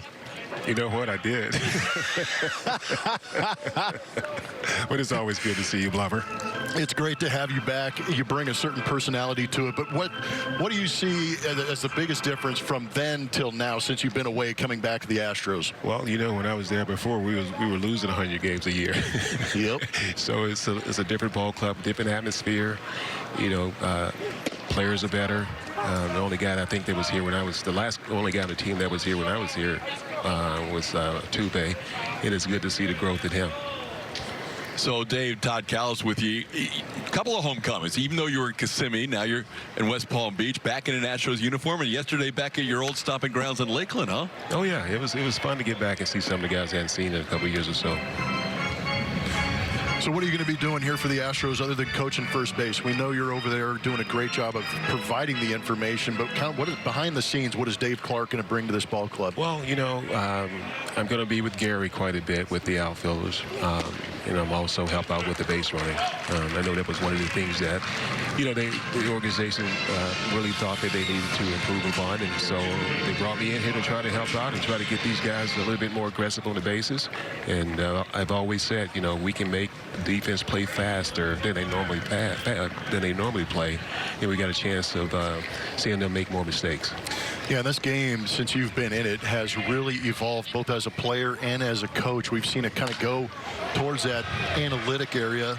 Wynn's not going to hold that one up, is it? Brady House, a bomb to left field. The young prospect hits one out to make it 8-1.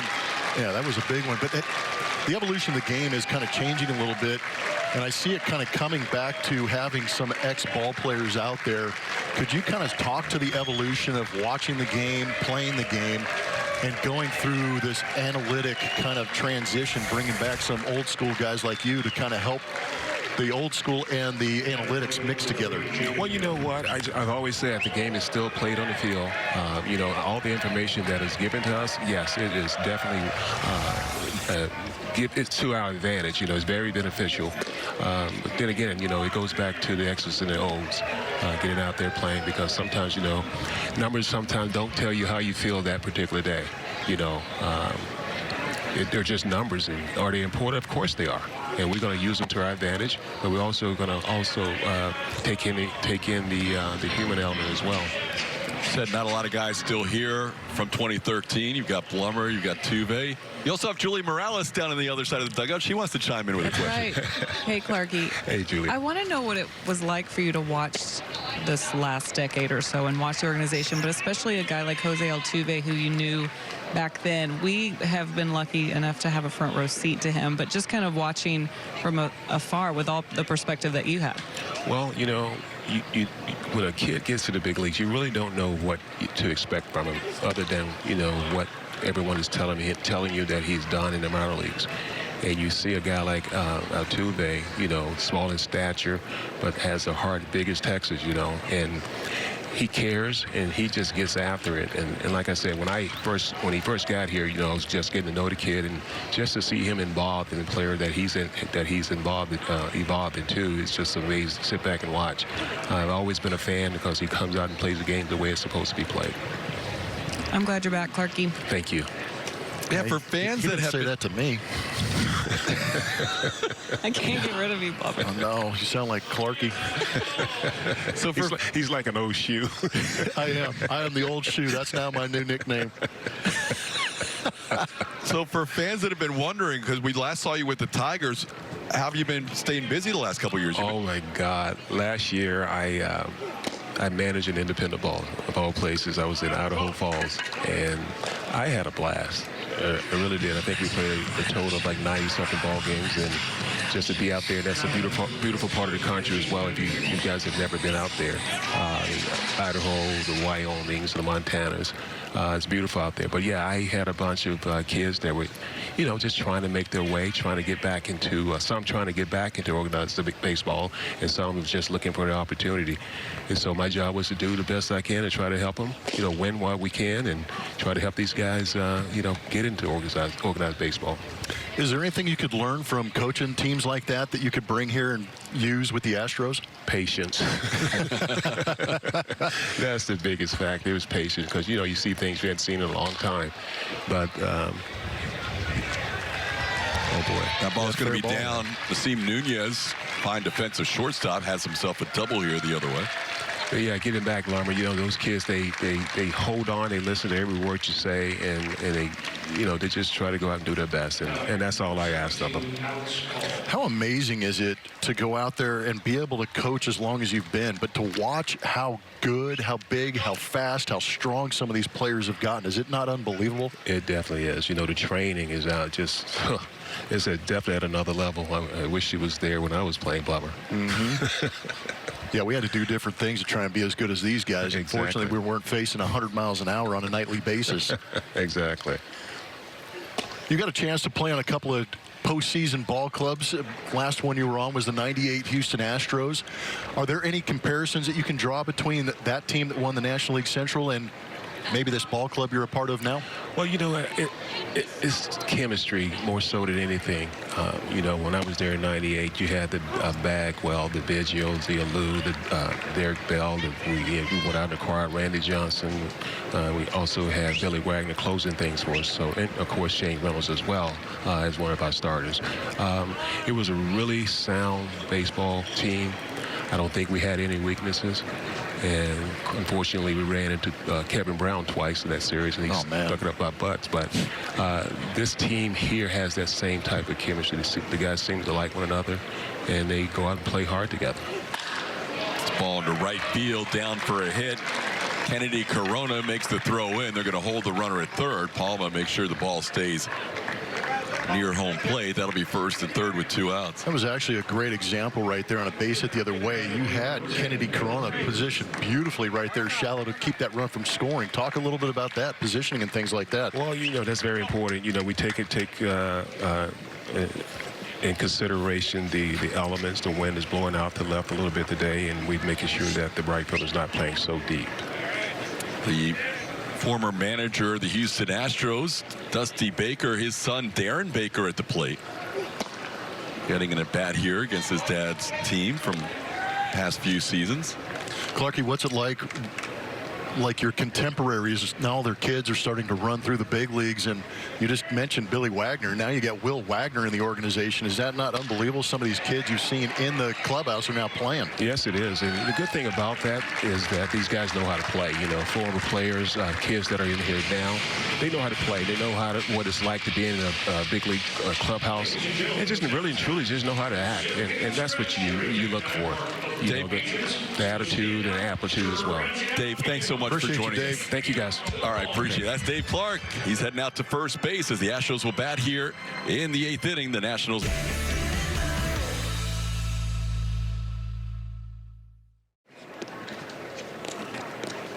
Zach Daniels gets his first at bat of the day as he hits in Corey Julks' spot. Julks went 0 for 2, was robbed of a base hit on a great play by Dylan Cruz in center field. Everybody out of the lineup for the starters on both sides. Dylan Cruz was the last player to be replaced for the Nationals. Yohan Adon back out there for a second inning of work. Adon walked his first batter last inning and came back to get 3 outs in a row. Zach Daniels didn't like that call, but he is down on strikes for the first out of the bottom half of the 7th inning. A new edition of Astros Bases Loaded is on the way, featuring exclusive interviews with now Astro for life Jose Altuve, and also the newest Astro Josh Hader. We'll catch up with the team taking part in the Reggie Jackson Celebrity Golf Tournament. All that and more is coming up on Astros Bases Loaded tonight at 6:30. Here's Pedro Leon. Leon taking a pitch down for a ball, 1-0. Interesting article in The Athletic written by Chandler Rome about Pedro Leon and the experiment the Astros tried to move Leon to the infield. It sounds like at this point they are going to let him focus solely on playing the outfield, where he has been so good in the outfield. Baseball America says he has the best arm of any outfielder in the Astros minor leagues.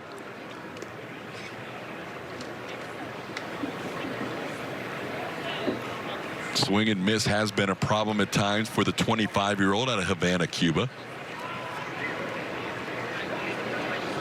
Spent the last 2 years playing in the Puerto Rican Winter League. This is his 3rd spring training with the Astros. 25 years old, and he's been in AAA now a couple of years, so he would like to see that next step up as he has a 3-1 count here. Yeah, it might be about time to kind of turn that corner for Pedro Leon, because we've heard so many great things about him. Challenged with the fastball right there, missed it. Might get another opportunity right here in a 3-2 count.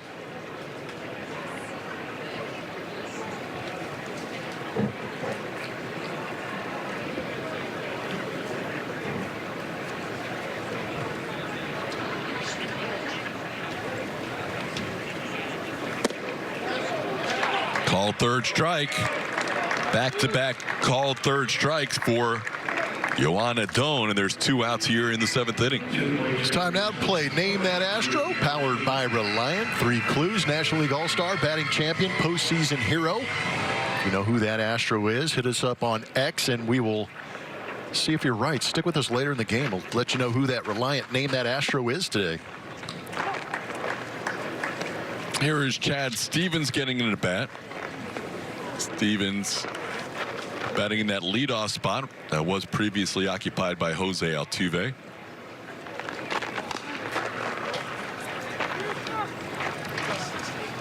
Stevens last year played his entire year at Corpus Christi at the AA level, mostly shortstop and third base, and second base also.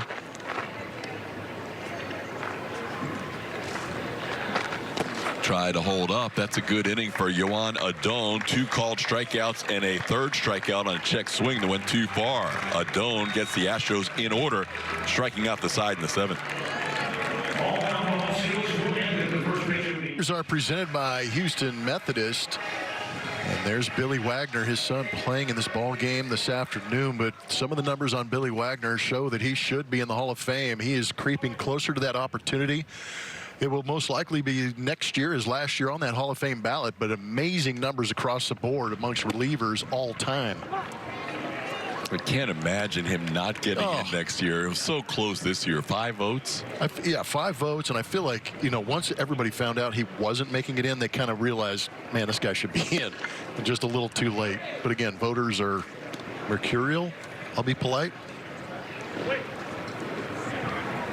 Yeah, it was close, but Wags deserves to be in there, and obviously that last year is going to be huge, but he has trended even better than some other guys recently, Edgar Martinez, Larry Walker, who got it in their final year, but he's trending even ahead of those guys. So you would think it should happen, but until it does, he has to wait another year, as does Will, who will get an at-bat next inning. Juan Yepes bats against a new pitcher for the Astros. Ray Gaither takes over. Little chopper. Wagner is going to make the play on 2 hops. Good timing right there. Will, the son of the future Hall of Famer, Will Wagner, or Billy Wagner, makes the play. Will makes the play for out number 1. Yeah, that'll be a lot of fun to watch. Gaither's out of Denton, Texas. As you see, Will moving to his left.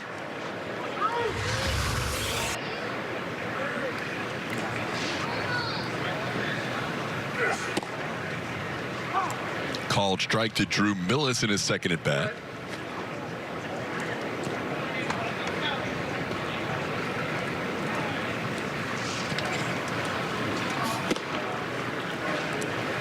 In for a ball, 1-1. Gaither, his first spring training, is 26 years old. Delivers a strike. It's 1-2.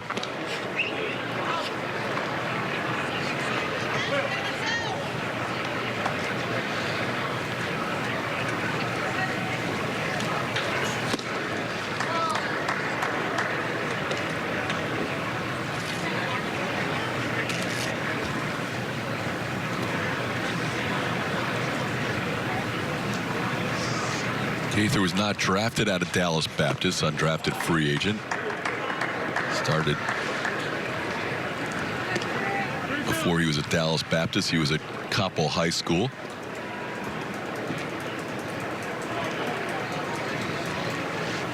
He'll turn 27 later on this spring, as you see his numbers from last year. Millis on a 3-2 count stays alive. Drew Millis grounded out in his first at bat. Astros down 8-1. Nationals scored 7 runs in the 3rd inning. Added a solo run last inning on a home run, a deep shot. There goes Millis down on strikes for out number 2. First strikeout for Gaither. Now word from Reliant. Reliant, official energy provider of the Houston Astros.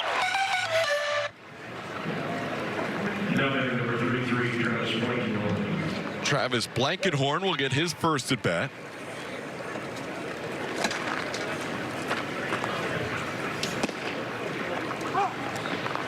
Blankenhorn taking over in right field.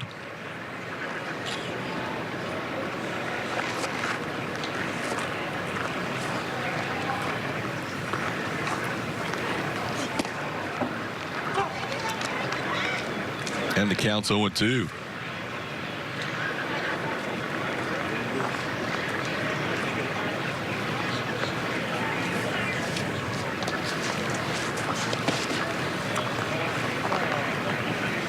Next inning it'll be for the Astros, Luke Berryhill, then Will Wagner will bat second in that inning, get his first at bat. Kennedy Corona will hit third. Both Joe Espada earlier this spring and Omar Lopez today really mentioning Will Wagner. They're really high on the swings they have seen from him. Blankenhorn the other way, making a bid, not able to come down with it. A nice attempt by Zach Daniels, but now the ball bounces around in left center. That's going to be a triple.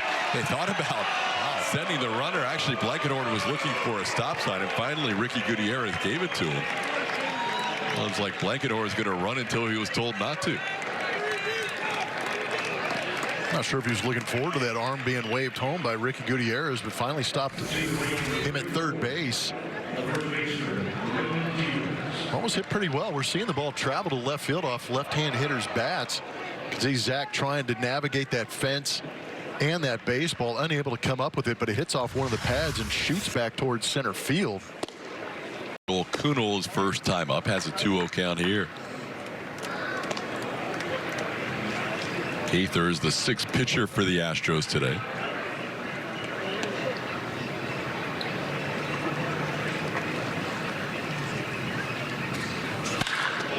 Ball into left center field. Leon can go get it. Can he catch this one? No, it's going to be off the wall. In to score Blankenhorn. Lewin Diaz goes the other way with an RBI double. Another lefty going opposite field. Yeah, good piece of hitting. The Nationals continue to put it on the Astros.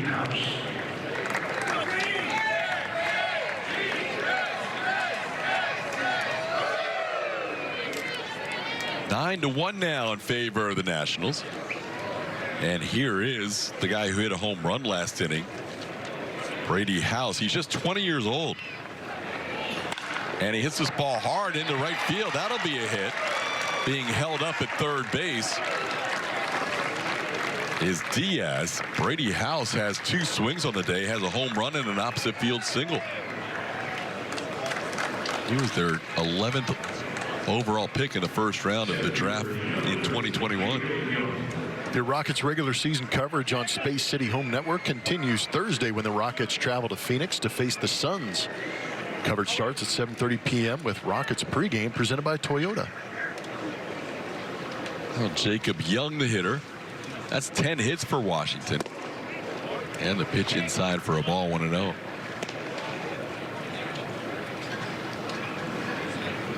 Well, it's been a rough go of things for the Nationals since their World Series in 2019, and they didn't even get to enjoy that fully. Look out. Man. That was scary. Right. Oh, everybody's going to be safe. That almost got Gaither. Thank goodness he's got out of the way. Yeah. And then Chad Stevens' flip was wide to Shea Whitcomb, and there were no outs recorded on that line drive off the bat of Jacob Young. So another run crosses the plate. Yeah, that was a heat seeker right back up the middle. Gaither had to go neo on that one to stay out of the way, but a little indecision at second base from Stevens allows that runner to stay at second base. This inning continues. Yeah, with Whitcomb coming across the cover, Stevens may have been better served trying to go to first base on that play. I agree. But anyhow, with the Nationals struggling since that 19 World Series, they all of a sudden have a wealth of young talent. This one almost hits Nasim Nunez. But instead, it's a wild pitch that gets away from Miguel Palma. Now Palma's going to want to have a word with Gaither out there on the mound. It's been the tale of 2 different teams since that 19 World Series. The Astros and the Nationals going in different directions. The Nationals last year winning 71 games, and that was an improvement of 16 games over their previous year, where they won just 55 in 2022. And now all of a sudden, names like Brady House and James Wood and Dylan Cruz, they're starting to get some guys in that pipeline that you might see them be able to build around here in the next few years. Yeah, what has it been? 5 straight losing seasons since that World Series appearance. It's kind of crazy to think about. 2-1 pitch is wide to Nunez, and the count is 3-1.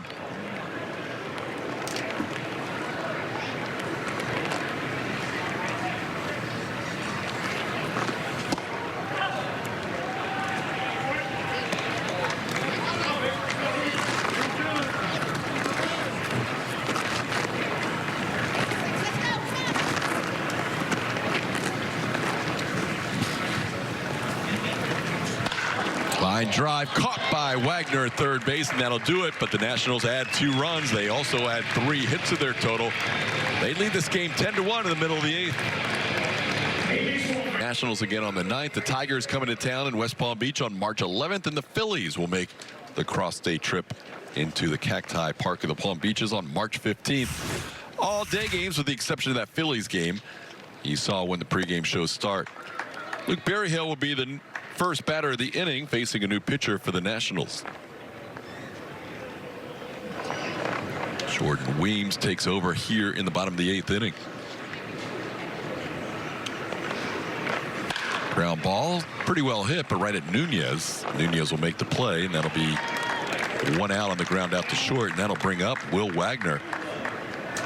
This will be his first TV spring training at bat. Let's reveal who that Astro is. Powered by Reliant, National League All-Star, batting champion, postseason hero. Who is that Astro? Jose Altuve. Got to get the easy ones out of the way in spring.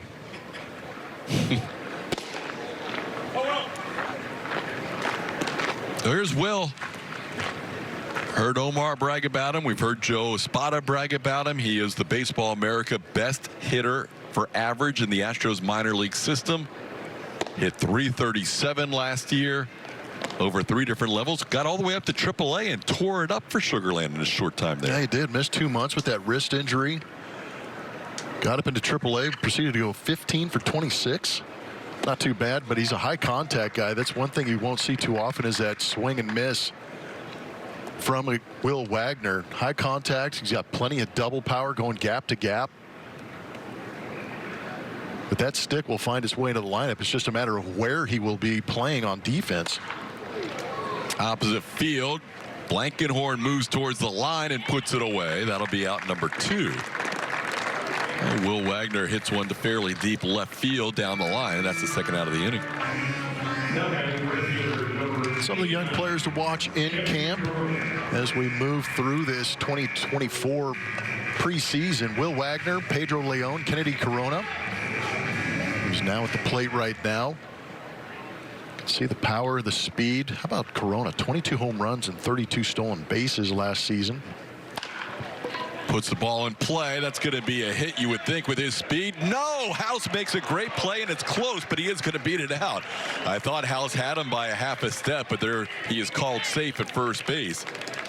Carlos Torres on the call, and Kennedy Corona reaches on an infield hit. Well, I think Kennedy thought that was going to be a base hit, too, and as soon as he saw House lay out and make the catch, he had to turn it on again and just beat out that throw. House made a great play on him.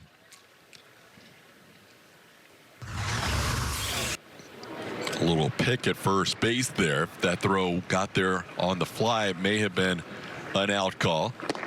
Here's Jordan Brewer taking one off the plate. So Corona's been on base twice today with a walk and now an infield hit. Here's Jordan Brewer. Grounded out his first time up.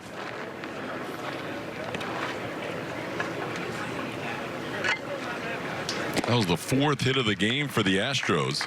Kyle Tucker had one. Jose Abreu back-to-back hits with Tucker in the 4th inning.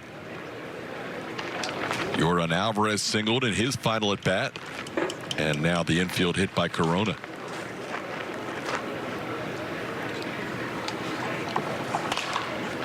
Out of play off the bat of Brewer, 1-2.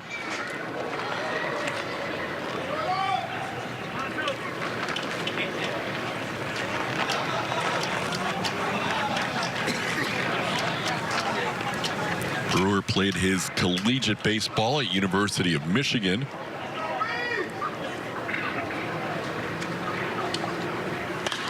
And pops this one high in the air. Who wants it? Coming in from first base, Lewin Diaz calls off his catcher and puts it away for the final out.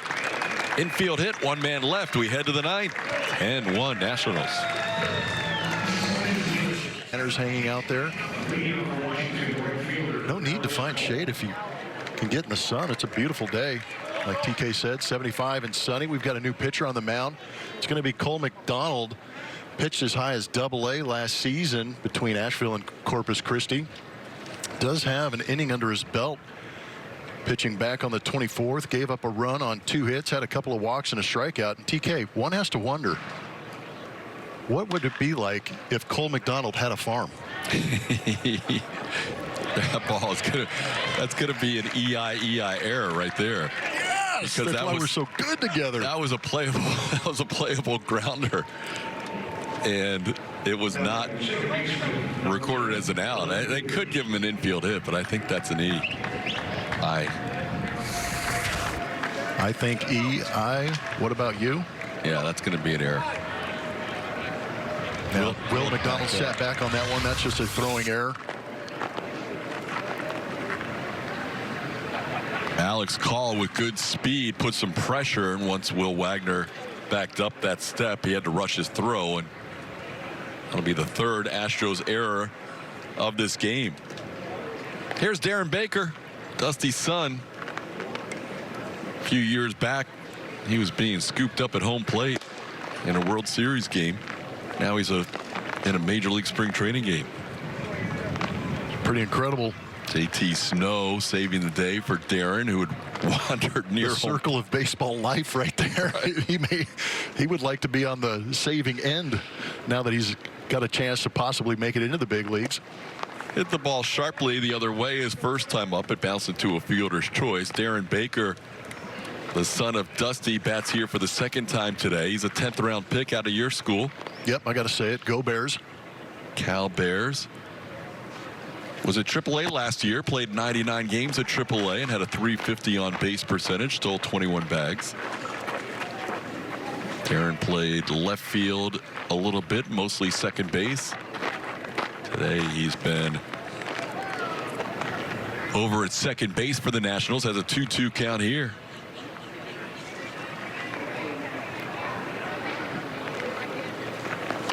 Darren had to get his own place this spring for the first time in a while. Yeah, it's true. He was living with Pops the last few spring trainings. Yeah, Dusty back with the San Francisco Giants. What a perfect setup. Darren with the Washington Nationals. Dusty, of course, the manager of the Astros, sharing the same complex, sharing the same residence. All worked out. 2-2 pitch is grounded towards the middle. Could be a double play. Whitcomb tags the bag, throws just in time to get Darren Baker.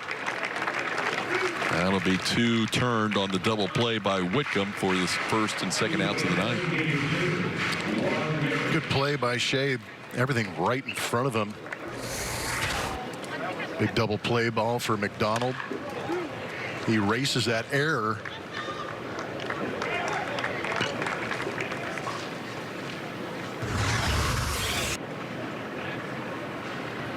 You know what's cool is making that call at second base, which was an easy one, but we have not mentioned Jen Powell much in the 2 games she has umpired, which means she is doing a great job out there because we haven't even noticed her. She just blends in with the crew. It's an excellent point. He's usually willing to talk about them when they don't do something right, but if you're not being talked about, that means you're doing a great job. Jen Powell, the first female umpire for a Major League Spring Training game since '07. And has a chance to become the first female umpire ever to be umpiring a Major League game this season. She's on the call-up list. And hopefully, knock on wood for her, it's just a matter of time this year. That would be a good thing. Powell is in this region here, the pods with the Astros, the Nationals, the Marlins, the Cardinals, the Mets, all 5 of those teams in this little region. So she'll be umpiring Astros games throughout the spring. I imagine at some point she'll get the plate for one of the Astros games. She had the plate Sunday in Jupiter. Here's a 3-0 pitch to Juan Yepez. That'll be down for a ball. And a 4-pitch walk to Yepez here with 2 outs of the 9th.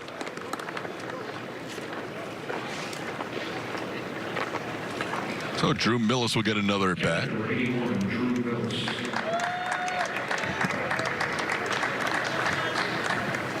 Millis 0 for 2, a ground out and a strikeout. 10-1 Nationals. They've had the lead throughout since the 7-run 3rd inning. Towards first, Brewer, a couple of hops, will take it himself. Jordan Brewer beats Millis to the bag for the final out of the inning. 1 hit, 1 error, 1 man left on. 10-1 Astros bat for the final time in the 9th when we come.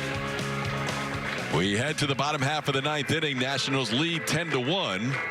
New left-hander out of the bullpen for the Nationals is Lucas Knowles, having a word with his catcher Drew Millis before we start this inning. It'll be Miguel Palma leading things off.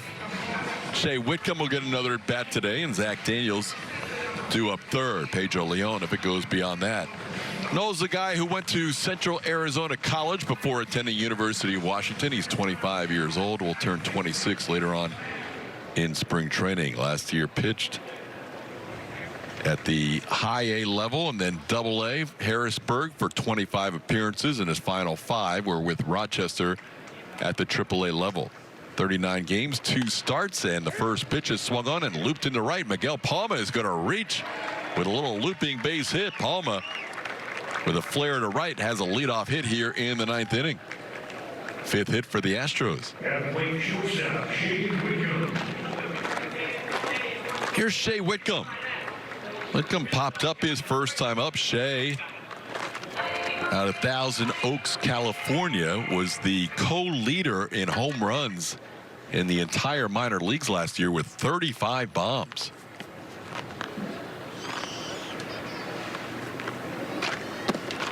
Whitcomb takes a pitch down for a ball, 1-0. His first spring training with the Astros. He went to Newbury Park High School in Thousand Oaks. He's about 25 years old, attended UC San Diego for 3 years. Takes a strike, 1-1.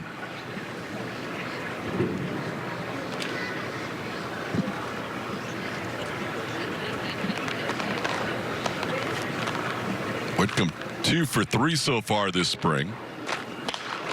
Fouls one back. It's 1-2.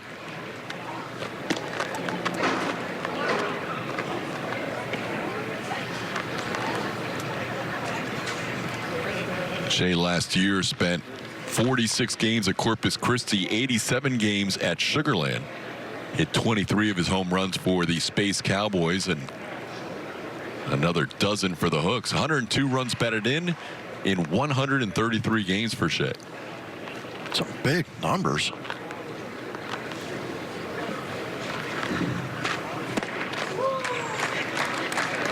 Whitcomb goes down on strikes here as the lefty Knowles picks up his first strikeout. That's 1 out in the 9th. I'll bring up Zach Daniels.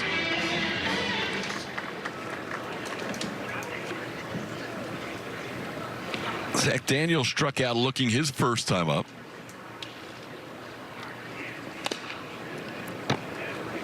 Counts as a foul, 0-1.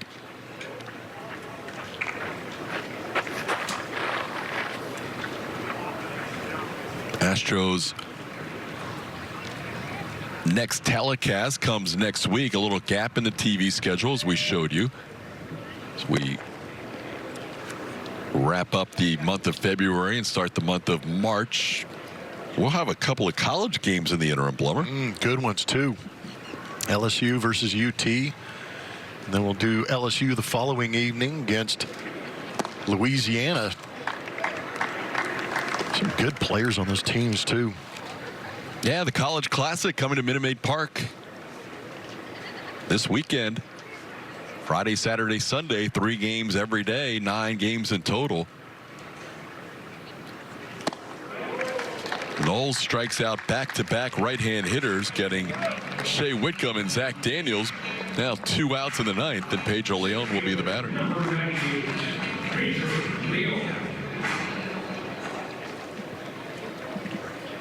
There you see it, March 1st through the 3rd. Texas, LSU, UH, Raging Cajuns. It's going to be good, man. Should be some good baseball. We'll have it for you on Space City Home Network. Yeah, I took one of my triplet daughters to the LSU UT game last year. Sold out, chaos. It was absolutely one of the better college environments I've ever seen. They're going to end up being in the SEC together next year. Yeah. That'll be a big one on Friday night. Here's Pedro Leon.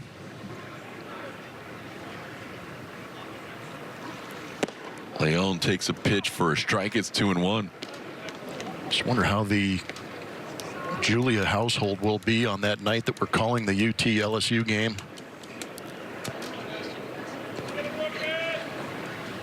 She'll show up with her burnt orange pom-poms ready to go. This ball hammered deep to left field. Pedro Leon bids for a 2-run home run. It is fair, says CB Bucknor. The Astros, a 2-run bomb off the bat of Leon. Score 2 here in the 9th to make it a 10-3 game. Take advantage of every last at bat. Zach Daniels did. My goodness. Astros looking for some offense. And they got a shot at Zach Daniels. Or Pedro Leon, I'm sorry. My bad. Pedro Leon, he stayed back on that changeup. It looked like the ball was pulled to the inside. Leon unloads on it. I was just looking forward to getting my call for Zach Daniels in there. You got it, though. But Pedro Leon puts the Astros on a board with a thunderous swing to left. That was beautiful. So right when he was swinging, I thought we heard the voice of Julia. So LSU, Texas, Friday night in the College Classic. Yes, correct.